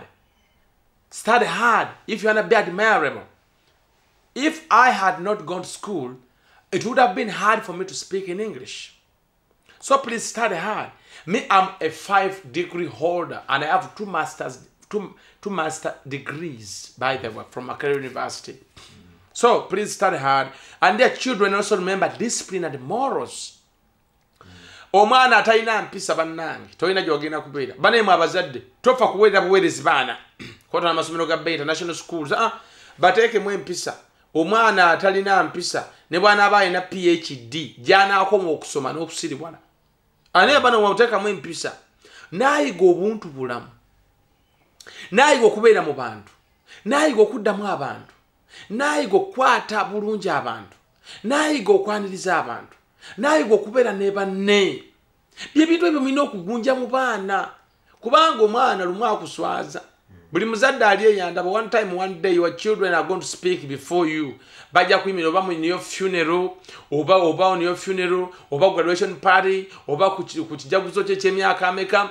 Abaana bajje boogere. Buli omu ng'alaba nti yes, kati ng'aba abazadde one time one day people are gonna know the kind of children you have been upbringing in your home. Buno obudde bulungi nnyo okuwulirira abaana bammwe, babuulira ku biseera byabwe mu maaso, babuulira ku bufumbo, abaana abawala abanda abavubuka. Abavubuka ennaku zino obufumbo temukyabwagala, mulimu Select Queen. Omanyi Select Queen ekigambo waliwo yabadde akiŋŋamba edda. Beba abaana baagala ebyanguwa. Nga yasomera bwereere. Nga kyajja ku university mutwe mulimu kwebyula bwebyuzi. Amanyi bika bya make-up. Amanyi bika bya make-up, amanyi bika bya lipstick. Waliwo kino na kino n'okwambala empale ezikanga ensi. Ogabye ebyo byamanyi byokka. Select Queen ye muntu mbwayagala ebyobwereere. Era kuva dda baazaalanga mu Bachina azaala mu buli kizaalikamu. Select Queen abeera brave n'okusinga sitaani. N'abeera musajja mukadde nga alinga jjajjaawe agenda naye. Kakati bannange mu Select Queen abagenze mu bya Select Queen abagenze mu byaki mujjukiranga obufumbo bukulu okuzaala abaana kikulu abaana bafa bawala abakuulamu embuto nga balinga abakuula ebiki n'akuulakuulamu obudde nga buno obudde okwogera n'abaana envubuka ezikuze ate nga zino zizza okundi kodinga wano simanyi sinnabazibuuza oba zirina abakazi oba abakyala ne buli bwokula n'oyingira emyaka nga 35 toyina mu bwakazi okyali wako oba opangiseeyo gwe weeyoleza gwe olira mu kasepiki toyina bintu ogirikula nga tokuze otandika okwonooneka obwonoonezi kati bwe buno obudde okuwulirira abavubuka abafa abava mu masomero abaana abawala the importance of marriage ate n'abatannaba kutuukayo obutaggwamu maanyi kale waliwo omwana ogamba abaana babuulira n'obazzaamu omutima n'obazzaamu amaanyi n'ogeza obabuulira nti bannange buli omu olina okulaba nti notambulira mu myaka waliwo emyaka wootuuka n'ogamba kati bino ebyekitombi tadde ate neweerabira nti waliwo n'abasajja abatuuka n'agamba nze saagala nagamba nze saagala omwatu kana kati nseetolinza awo noli mu 3 olinga ati okutwala kwa 3 amagezi okulaba muno mubala time kati abazadde bwe bino mulina okuwulira kwana ebintu ebimu ebikulu decisions balina okuteekenga mu bulamu. This is the time to build them. Nange banga manyi kachanga nzija wano myezi 6 mbadde ntambula nnyo Kampala n'okomawo n'ogenda n'okomawo naye banga limaze wano nange era waliwo ebintu ebyendabye neŋŋambako ne bano bembeera nabo wano nze bwana mukulu n'obabuulira nti kano kali nga nali sibulaba kakati olumu obeera awaka kiyambako ate n'okuyiga ebintu ate n'okugulira abantu ekintu ky'oyagala. Father Yokana ali Toronto agambye asanyuse nnyo okubanga akulabye era bananga be Toronto waliwo edda waliwo bishop yatugamba yagenda n'agamba abaagala ogenda okukola etororo archdiocese okuweerezaayo buminsani mujje mundabe katolo faaza yakeera nnyo najja n'agamba sebo njagala ogende Toronto nabadde ngamba tororo n'agamba usikyagenze sebo akati bana yabe Toronto mbalamusiza mwebale jenje Canada mwebale kola weather yayo nzibuzibu naye ate waliyo ebirungi bingi eri omuntu asobola okukola mwebale bana ekwevaamu ne munoonya visa njagala obebaza obuteefeebya okwekiririzaamu n'okukola ennyo kyetwagala ekyo era gambye nti ekifaananyi kyetufuna kirungi nagamba bagenda kufa okulaba ng'ayitako mbanne bakufunira essimu ne wifi olabike nga otandika okubeera ku mulamu bane neyanzeege webali nnyo ebali ddala nno bannange akati nno bane nammwe bannange abandaba bwe banaaba nga babayitamu temugaana ebintu ebyo tubyetaaga nsobola okulamu nno ndabika munfunire akati simu erina waaka simu ennungi nze kyenja okukola nja kulaba nti omulimu nange ngukola mbeere nga tubeera online nyina ofiisi yange omwo ndi mu kugitereeza kaka tujja kujja tutegeke bulungi omwo mbeere nga nsobola okulabikako at least every day mbeere nga nsobola okusaba nammweyo mbeere nga nsobola okolagana nammweyo waliwo ne bafather abalungi abalala nga Father Martin Semanda yenno akola daily homily and even praying ate nga naye asaba bulungi nnyo kati when you get priests who can be spiritually feeding every day, I think you are going to be better. Because if your spiritual life is well fed, you are going to feel nourished spiritually. Temusobola kubeera banenga temusaba. Nange banayo olumu ngenda ne ngamba banaye bakristo bannaffe abakatoliki abakristo abali abanyagadde efuna ekigambo tubatuseeko tutya. Naye bwe naafuna gadgets ezo banaye mbasuubiza. You get it from me every day. You'll be having a glimpse.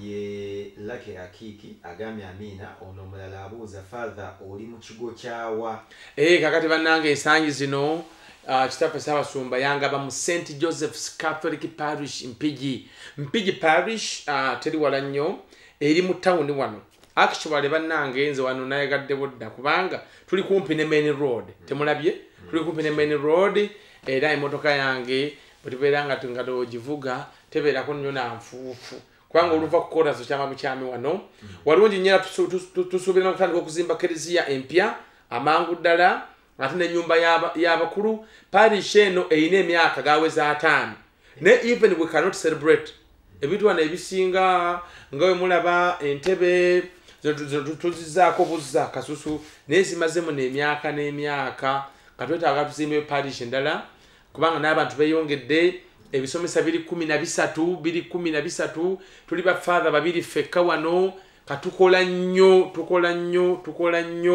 oyinza okusoma misa 5 olunaku kanowulira nti okooye mazima ddala kakati nga maaso eyo twagala kulamu tufuna kitukola naye nga bwe mbeera muze mu Uganda banemwenamwena bannabulaaya mujje mundabeko mujjeko wano Empigi byonna mbirina abakatoliki byemulya mbirina biri byemutegedde abasiramu byemulya nabyo mbirina anti akabuzi n'ebintu ebirala byonna ebyokunywa abakatoliki mbirina ne soda owaffe abasiraamu n'abakristaayo n'amazzi byonna weebiri mujjanga ne mutulabako ate ne tubasabirako Mukama n'abongera omukisa. Lydia Shamusa kwali naye yeebazizza n'agamba Father webale nnyo webalire ddala. Shamusa, thank you. Erinnya mbadde sinnawulirirako eryo Shamusa.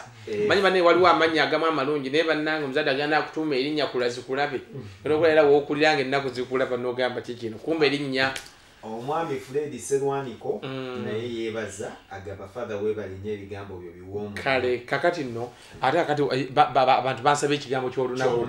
Kakati bannange kamale kubabulirako ekigambo ky'olunaku olwaleero. Olwalero nti lwakusatu naku za mwezi 8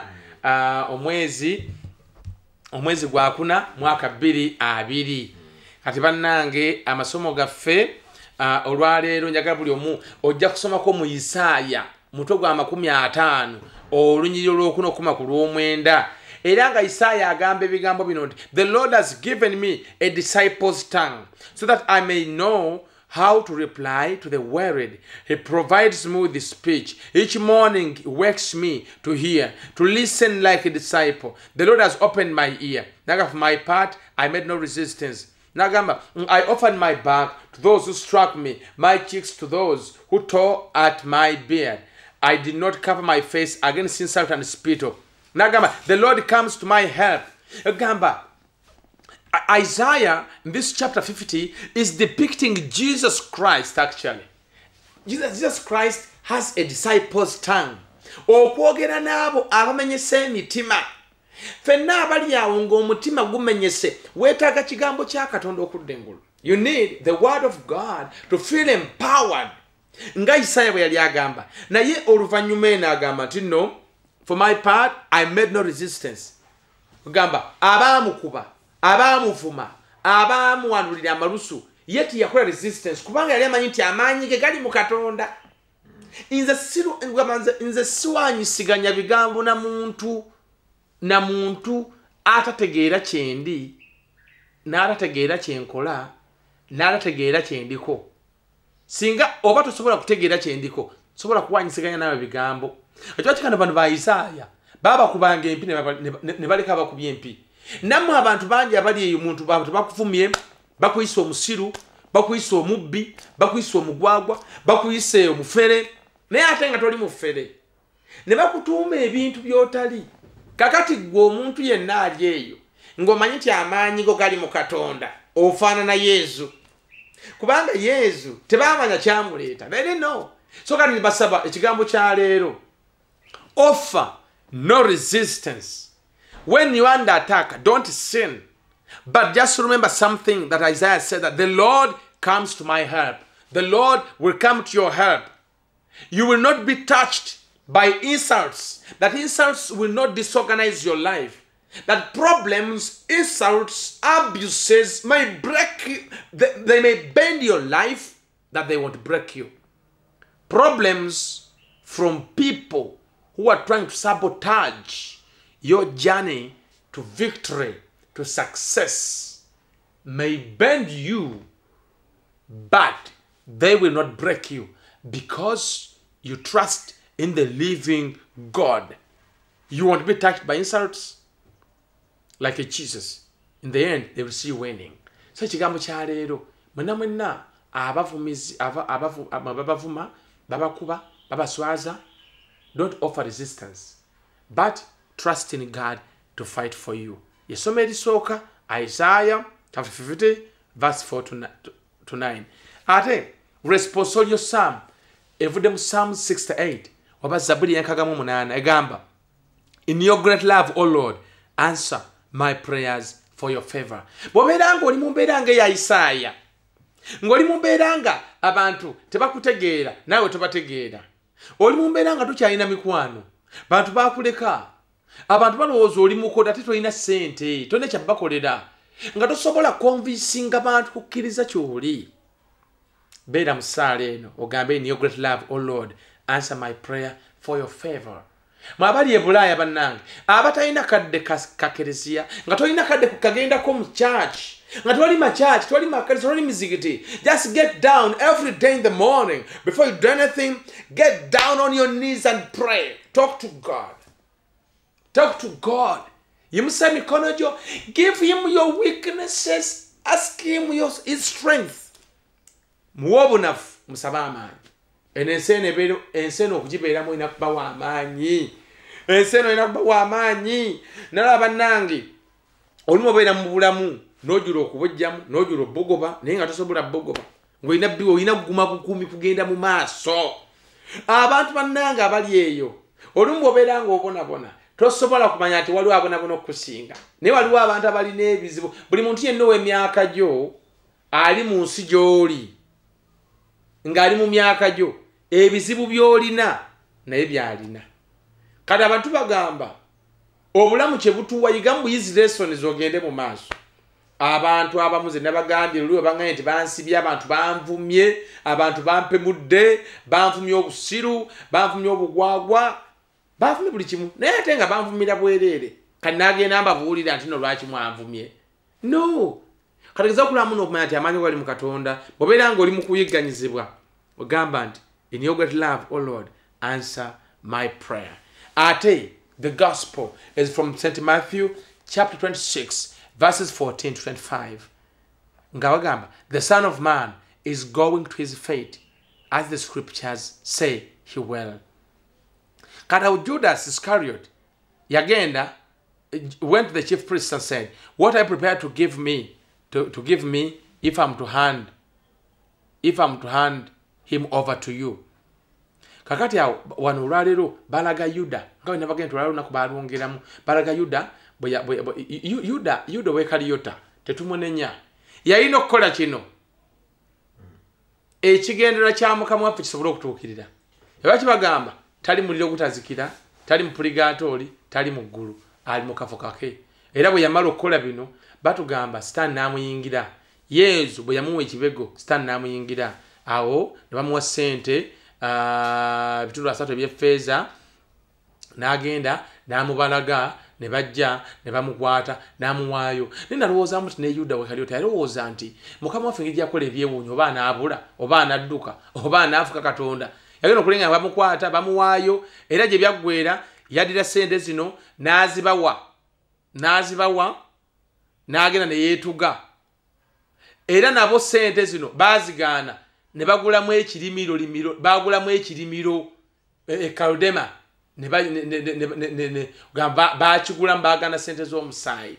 Kakati Yuda olwali balaganga awaayo naye mu lesson tufunamu nti Mukama waffe yakkiriza atufiire ku musaalaba. Nembeyo n'abantu ab'enkwe mubeegendereze buli muntu yenna nga wankwe nga tomutegeera abantu abayita bannaabwe mabega ne bakonjera wano mu maaso gaabwe baseka, mu maaso gaabwe bakubira engalo bakuwaanawaana bw'ovaawo ate ne boogera birala.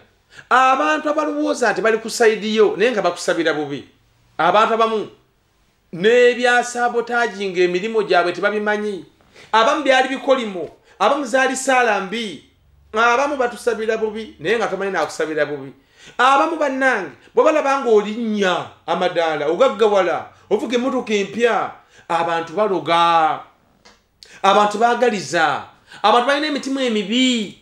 Kabeere Bulaaya, kabeere luddawa. Waliwo abantu abamu nga yandyagadde obeere feeri yanga ye. Wobeera nga gw'ofuna emirimu nga yandyagadde oleme kugifuna nga ye bw'atagifuna. Abantu bangi baagala tubeere nga twenkanankana nga tuli mu equation 1+1=1. Waliwo abamu singa alengera ng'okaaba lissanyu lye. Abamu singa twafa dda Mukama ayambye buyambi. Osanga abantu nga bali eyo balinga ba Yuda. Ate ba Yuda tuyita nabo, abalala tuseka nabo. Abamu tubamanyi, abamu tetubamanyi. Abamu balabika, abamu tebalabika.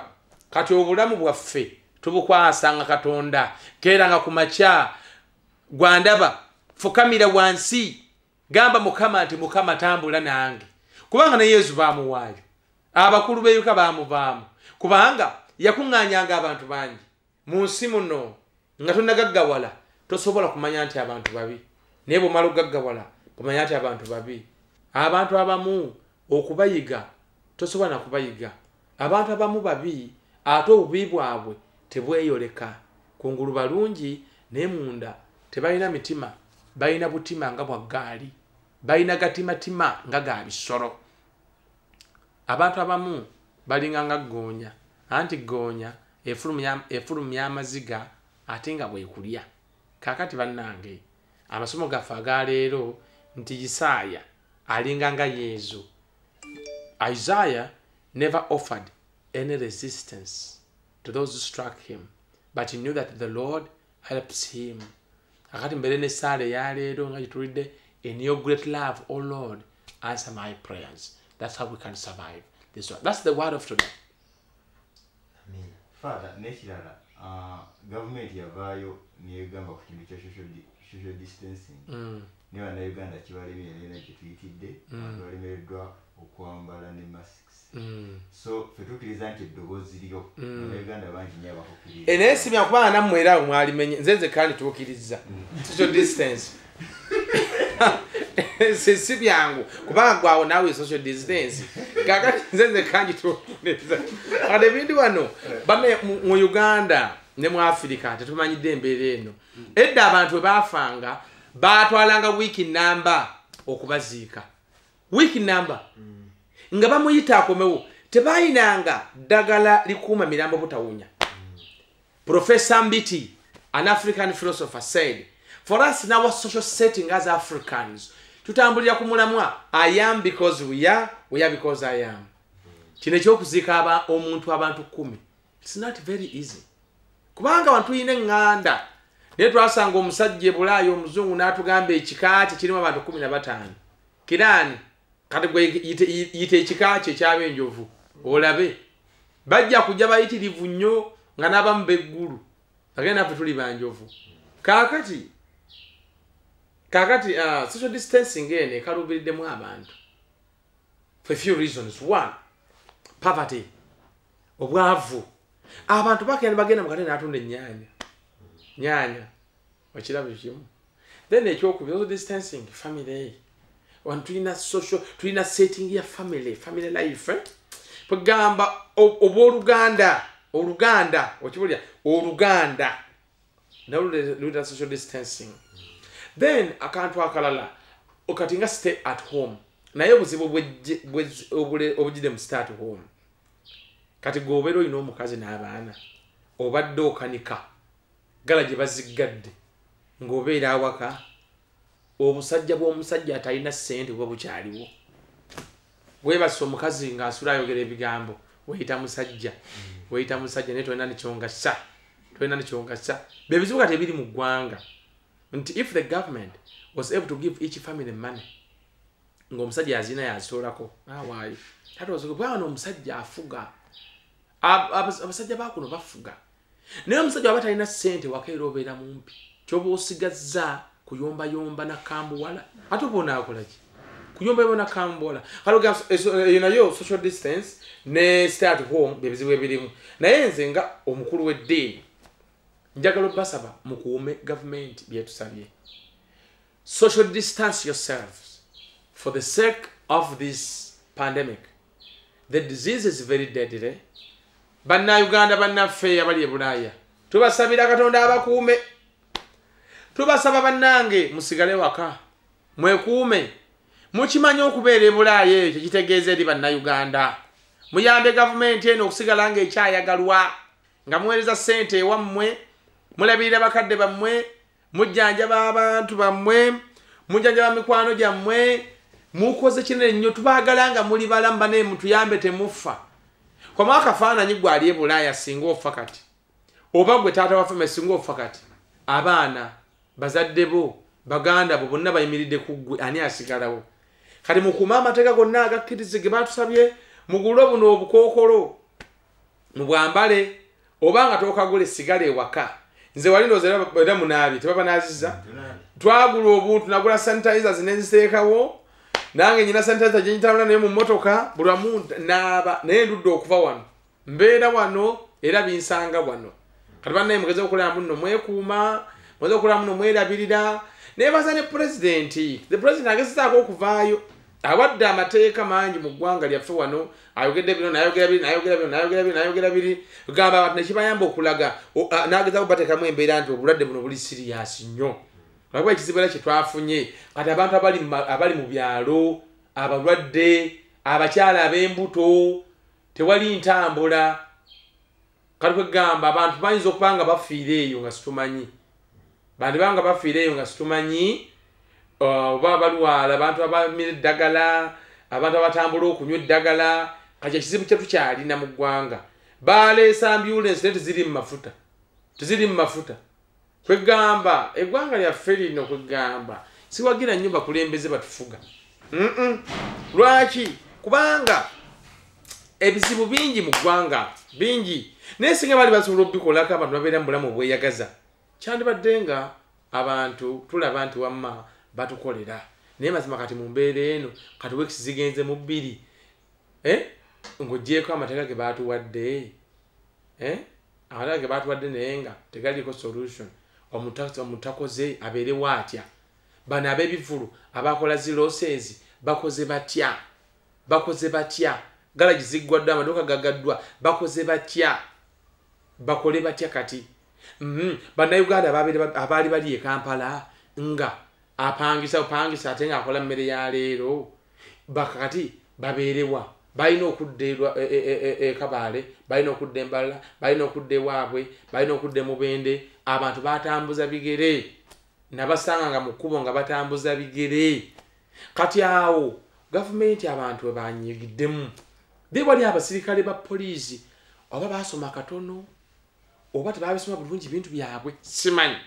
kubanga kati luli osiwawa n'empigi yajja wano n'abasirikale 8 ye ayambadde ngoye za bulijjo ne mubuuza olina n'obujonjo n'engeregeze ku maaso ozze tukwata is that a professional way of handling someone who has made a mistake nekirala baali 8 fe twali 6 mu kereziya twalimu 6 kati bo baali 8 balina emmundu bazze ne kabangali kakati tebamanyi bantu bali mu kereziya kati bali professional enough president yabayise embizzi abamu ye wali bana abayero DU bafuna tired boys tired men abali basiika chapati ebulamu nga bwalema abali abamu abali ababbi ku byalo ne babawo emmundu babawo ekibooko bakuba n'obutamanya problem eri mu ggwanga lyaffe kati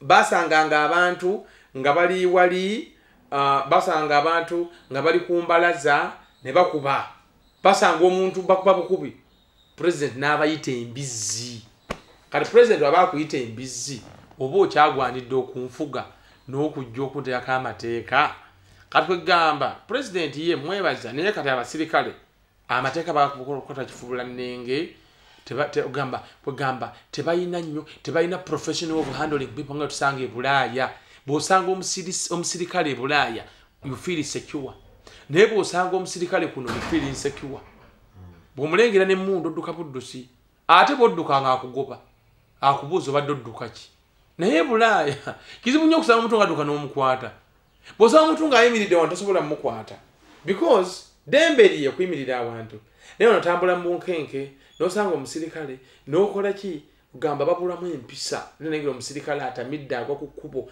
babulamu empisa they cannot defend the uniform of a police officer abantu abamu babikola bulungi abamu naye abasinga for now badde babihandolinze bubi naye president yabagambako embeera netereera Father omwami Eddie Ntege chairman wa bakatuliki iba nayisebo mwami Ntege ngansanyisa okuwuliriza California omwami oyo njagala okusooka omubaza Katonda bakwogera kyawandiise omwami yabadde ampise era nze kumulaba mbadde ngenda California mbadde nnumba mbadde ngenda kuzaona kulaba abajulizi ne bannaye COVID-19 kye yatukoze bubi nnyo naye tusabe ate omusajja oyo aba ayogera ne ku ssimu obuli omusajja alimu emirembe nano oli omuntu guli ayogera ku ssimu n'osaasira babeera nabo abwatuka nga sabasaba kakati sebo nkulamusiza nnyo gwendiko gumu emu yokka bwe nfuna kamera nenfuna omuzindaalo ebisigadde nja byegulira naye kamera yokka mune malangi funa wano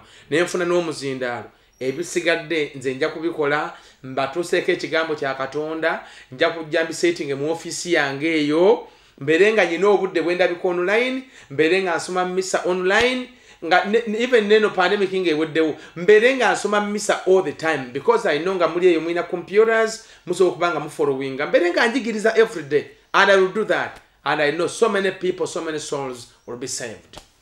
Father, abekata kwebali bannanga abekata tubasabira. Omwami Kayemba John agambye bayambo basabireko kuba ate bo basoomozebwa nnyo. Mazima naye kati si kata yokka kata middle UAE bannange bannayuganda bannafa bali eyo lwakubanga mbagambye sina kamera saagala kwesa simu gye nnina kukola ate mulimu gwa bino naye ntaagala naye ekintu kiri independent wali adagambye okufunira akasimu singa kiba kituukiridde oba kamera bane nandyagadde bane okufunanga akadde nembeera banenga mbasabirako abali eyo kwate tunaakolaki ate nga gyenaze empija obudde nninako okusinga erubaga naye erubaga nabeeranga bize nnyo bannange naye wano nsobola okufuna akadde nenjigiriza nembasabira netubeera ate esaala tiyetaaga kulikodingibwa esaala yeetaaga live kati nga wano nembeera nga tuli live nga I'm praying for you nga tuli mu saala nenkola exposition of the blessed sacrament netusaba misa bwe naagifuna bannanga abekata tujja basabira naye mukama bannanga batukuumire mukama bataase embeera nzibu weather mbi naye bannange tukimanye ekibabeeza eyo kubanga wana emirembe newakubadde wegira abantu beebaka naye omuntu atalina ssente mu nsawo toba na mirembe emirembe nga tolina ssente kiba mirembe gya nnabakyejo mukole kyemunaasobola akasente mukaweereza mukole akasente kakutuyana mukatereke olumala mujje lumu mukeesigire kubanga abantu si beesigwa eyo mutoba n'osula bubi olumu temwebaka olumu babasosola ne babakola byonna ebikoleka abamu bannayuganda bafiira naye eyo kyetusazaamu linnya erya Yesu naye ate noloweza akasente ne bakalya kakwate akasenteko olinde woonaakomawo okeesigire ate okamonitaringe. Father, waliwo n'omukyala bamuyise Kamuli Precious kati ye alinamu okusoomooza era abadde asaba nga tonnavaako obasabireyo ku saala eyawamu abanekyo ngenda kikola ngenda kubasabira kati ngenda kubasabira era ne wabaawo n'omukyala bamuyise Libya actually Shamusa mukyala musiraamu salaamu aleikum warakumatullahi wa barakatu era agambye asaba osabire ne ku kawala ke kalinamu ebikasoomooza Angel tumwebaze agambye webale nnyo webalire ddala Kata community kwebali beeyongedde okujja bane Kata community I love you very much, thank you very much for working hard. I understand being there's not easy but work hard, don't worry, God is with you and is gonna fight for you. Jimujo ali Dubai era naye agamba kwebali balaba bananga abe Dubai olumu tuyita yeeyo bane mwebale kola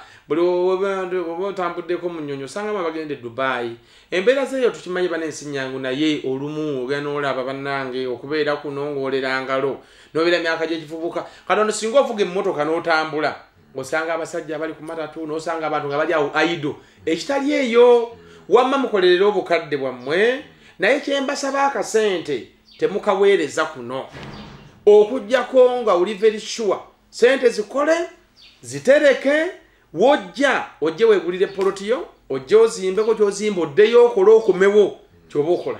Father, waliwo omwami bamuyita Katongole Julius agambye obiiwo okuva e Katigondo seminary dizaata baba sebo weebale kasita gy'oli eyo wasikati misise ali Kata naye kwali Bala Magalex ali Kata kwali Katongole Julius agambye Father His Excellency Bobi Wine akwagala nnyo munnange His Excellency Bobi Wine nange mwagala nnyo naye banenge mmanye embeera ennaku zino nti emiggo singa nali sitya miggo singa njogerayogerayo ku bigambo gamba naye maama emiggo gyakuno n'obeera Father bagikuba bakuba emiggo ku lwokubiri nakwongera balansi waagyo ku lwokutaano kaka tubigenda mpolampola naye sebo His Excellency Bobi Wine tumwagala nnyo era tumusabira ate namwe munabali abamwagala webale kumwagala naye agambye webale nnyo webalire ddala wa Busima Vincent agambye basabireko tovaako nga tobasabire ate kisoboka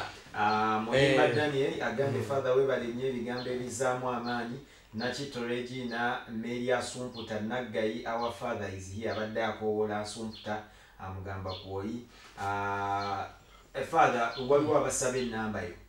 Perpetua Sanyu, Ali actually yesterday message so say ate banne kakati soko line kabane enamba ngenda kujiba waneyo najiwandika ko enamba ngenda kujiba wabannange ne zenga ndibawadde bane musindikire ku mobile agambye mu kusonga lwacha yagalisa enamba yo bakusindikire ku mobile bannaye musindikire ku wevu kuba bannange mbeera nkamba atafaza watu alina sente si yangu kati ndi bwana mukulu wano ino kulema tubitambula kakati bannaye mpinye ku sente mbeera nzibu abantu bachajja mu kerezia naye singa mba mumperezeyo ka wevu mba ntambulira bo mpola ne bannange obwavu si bwangu adafaza ngo oli mwavu ate bakulengera n'abantu bakwekengera abantu bakutunulira ne bagamba faza ono kya katalina ono kulengera gandula ya yero eno kyali ya black gandula ya yero akasawa kamvu atemya buno obwedda ko yambadde enviri tewasenyeza toliko buwowo nati nzekedde kwefuwa buwowo actually Perpetua gabwe bityo ali Stockholm Sweden kakati no kamaleba wa namba banange namba yange eri 0 musanvu 0 5 asatu mwemu kinana mwemu 25 0 musanvu 0 5 father disome mpola tujiteke wa 0 musanvu 0 5 asatu mwemu kinana mwemu 25 Wigaba nange nandigenze okuva wano nani badde nsanga banenga waliwo akagenzeeko naye kati kakalu sijja kubanga kirungi nnyo yakwa kirungi ddala awo nange saava kalimu show yagamba era bannaye kale naye nga tumanyi kyembasuubiza engeri ginaziwa n'empigi obudde nja kubambulina wenfunira kamera oba simu eri gye bansuubiza nenfuna n'omuzindaalo omulungi ngenda kusettinga bulungi ebintu ebyo mberenga live. I'll be getting live then mberenga bannange nsobola okubasabira tusobola okukola omulimu gwa Mukama Katonda ogwo yatutuma ogwokumuweereza mu bantu abali Saudi Mukebezi Salima era naye agambye kwali bwe bali Salamu alaykum Mukebezi Salima Father kati basabayo esala eyawamu kale bannaye nga sinakuwa sala eyawamu bana njagalo bebaza babaddeko ate ne bazana abavubuka bano mwebale kujja mpigi mwebalire ddala ate njagala n'okwebaza Sava Karimu sebo webale wabula atukubira ennyimba ziri lubalala sebo watukubira ennyimba lubalala tetuli kwerabira abantu bakyakwenda bamwe muno wabulire eyo yagenze sibunga nendala agenda kubazita sebo sumulula naye banazifaananga ziri simanyi ne baba ziri zo wakuba ennyimba lubalala naffe twazitukumanyi naye naye sebo webale nnyo sho eno webale kubeera Munnayuganda omuyiiya webale kukola ebyokola kati bannange mwenna njagala obbagaliza Easter ennungi tuyite mu weekend entukuvu obulungi kati ngenda kubasabira essaala ate olumala njabba wano omukisa era nga father bwakola nja kuwa omukisa gwatamanyi kabonero tokuba nebeera bubeezaawo just in prayer wali abantu abamu abagezaako akabonero n'akajja mu kyenyi n'akazza mu mugongo n'akazza ku lubuto omukatoliki yekka gwojja okuba akabonero k'omusaalaba naye batali bakatoliki bamikono gyaffe abasiraamu abalokole bakristaayo abatalina ddiini weekuume awo beera just humble. I'm gonna pray for you that God may bless you. Mulinya na patiri nerya mwana nerya mwenye mutuukirivu. Amina. God our Father, I want to thank you. I want to bless you. I want to glorify your name. I want to thank you, Father, for this wonderful moment. I want to thank you, Father, for this program that we have aired today. Nyokwebaza Mukama, Sava Karimu show. Nkwebaza Mukama bonna abawuliriza abaliko. Nabo Mukama abawuliriza program eno. nyakwebaza mukama bannayuganda baffe bonna abali mu Uganda muno n'abali ebweru bwa Uganda buli muntu abadde naffe olwaleero mukama njagala okukwebaza njagala mukama okwebaza obbakuuma ayi taata omulungi nkwebaza obbagabirira nkwebaza okubeera nabo nkwebaza obbawanguza mukama nkwebaza okuba tukuumireyo gye bali nkwebaza mukama buli munnayuganda abasobola okufuna visa ne batambula gye bali abali Qatar abali Saudi abali Oman abali Dubai abali mu UAE yonna abali Canada abali Sweden abali UK abali mu America abali Australia abali Belgium abali Germany bonna bannayuganda mukama abali mu Bulaya twagala okwebaza mukama webale nti mukama webale byonna bibakolera eggwanga lyaffe nkwebaza mukama mu ngeri y'enjawulo abantu bano bakuuma nkwebaza ekirabo eky'obulamu nkwebaza mukama okubataasa nkwebaza obbalambika mukama njagala okwebaza family ze balina abalina abaami abalina abakyala abalina abaana nkwebaza buli omu mulimo gwakola mukama abalina emulimu buli omu atuddaawo webaze katonda nga mwebaza omulimu gw'olina gamba mukama nti webala omulimu gw'olina webala omulimu gwampa webala okungabirira webala essente zenina webala ebyensobodde okukola mukama twagala okwebaza basobodde okukolera eggwanga lyaffe Uganda nga bakolera amaka gaabwe bakolera abazadde baabwe bakolera abaana baabwe bakolera ab'enganda zaabwe bakolera ebyalo byabwe ayi mukama njagala okubayimusa waliyo abalina abalwadde awaka waliwo abalina abaana abalina ebizibuzibu waliwo omukyalo eyagambye muti nno mwana we alina obuzibuzibu mukama njagala okuyimusa omukyalo oyo n'omwana we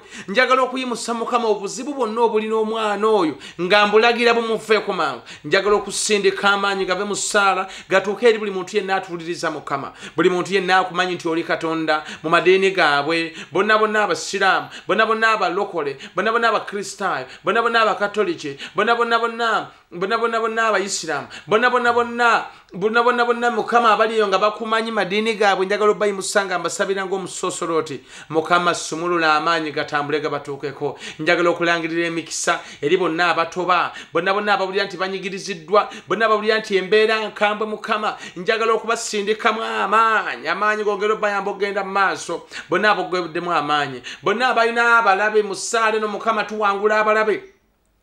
Whoever is having any enemies, overcome any enemies in the name of Jesus. In the name of Jesus, we take authority over any curses. Buli muntu ali wano nga badde atuliriza, nga badde atugoberera, nga baliko ebikolimo, nga baliko ebisiraani, nga baliko agalwadde ge batategeera, nga baliko embeera ezibalondola okuva ewaabwe, nga baleka abantu eno nga bakolima, nga baleka abantu eno nga basindika amaanyi amabi. Essaala yange eno Mukama etaase bannayuganda abali e Bulaaya. Esaala eno etaasa buli munnayuganda badde atuwuliza. Esaala eno egaba omukisa eri buli munnayuganda alina waali. Esaala eno Mukama esumulula amaanyi agabataasa bonna abaliko embeera ezo njaga okuzijaja zibaveeko, abalina emyoyo emigwagwa, abaliko emyoyo emibi, abaliko amasitaani gonna aga buli kika. I want to command and tell for those demons to get off them in the name of Jesus. May they receive the power of God. May they receive the blessings. Mukama njagala okufunikira esaala nga nyimusa ebirooto byabwe, nyimusa ebiseera eby'omu maaso, nyimusa pulaani ez'omu maaso, nyimusa buli kimu Mukama. Yesu tukwebaza otufiira ku musaalaba wasindika omwana wo Mukama waffe Yesu Kristo najja mu nsi n'atufiirira. Abantu bano Mukama bawangule mu linnya erya Yesu oyo yawangula olumbe. Buli muntu abadde atoba awangule, abadde balina ebiganye mbisindikamu amaanyi agabitambuza.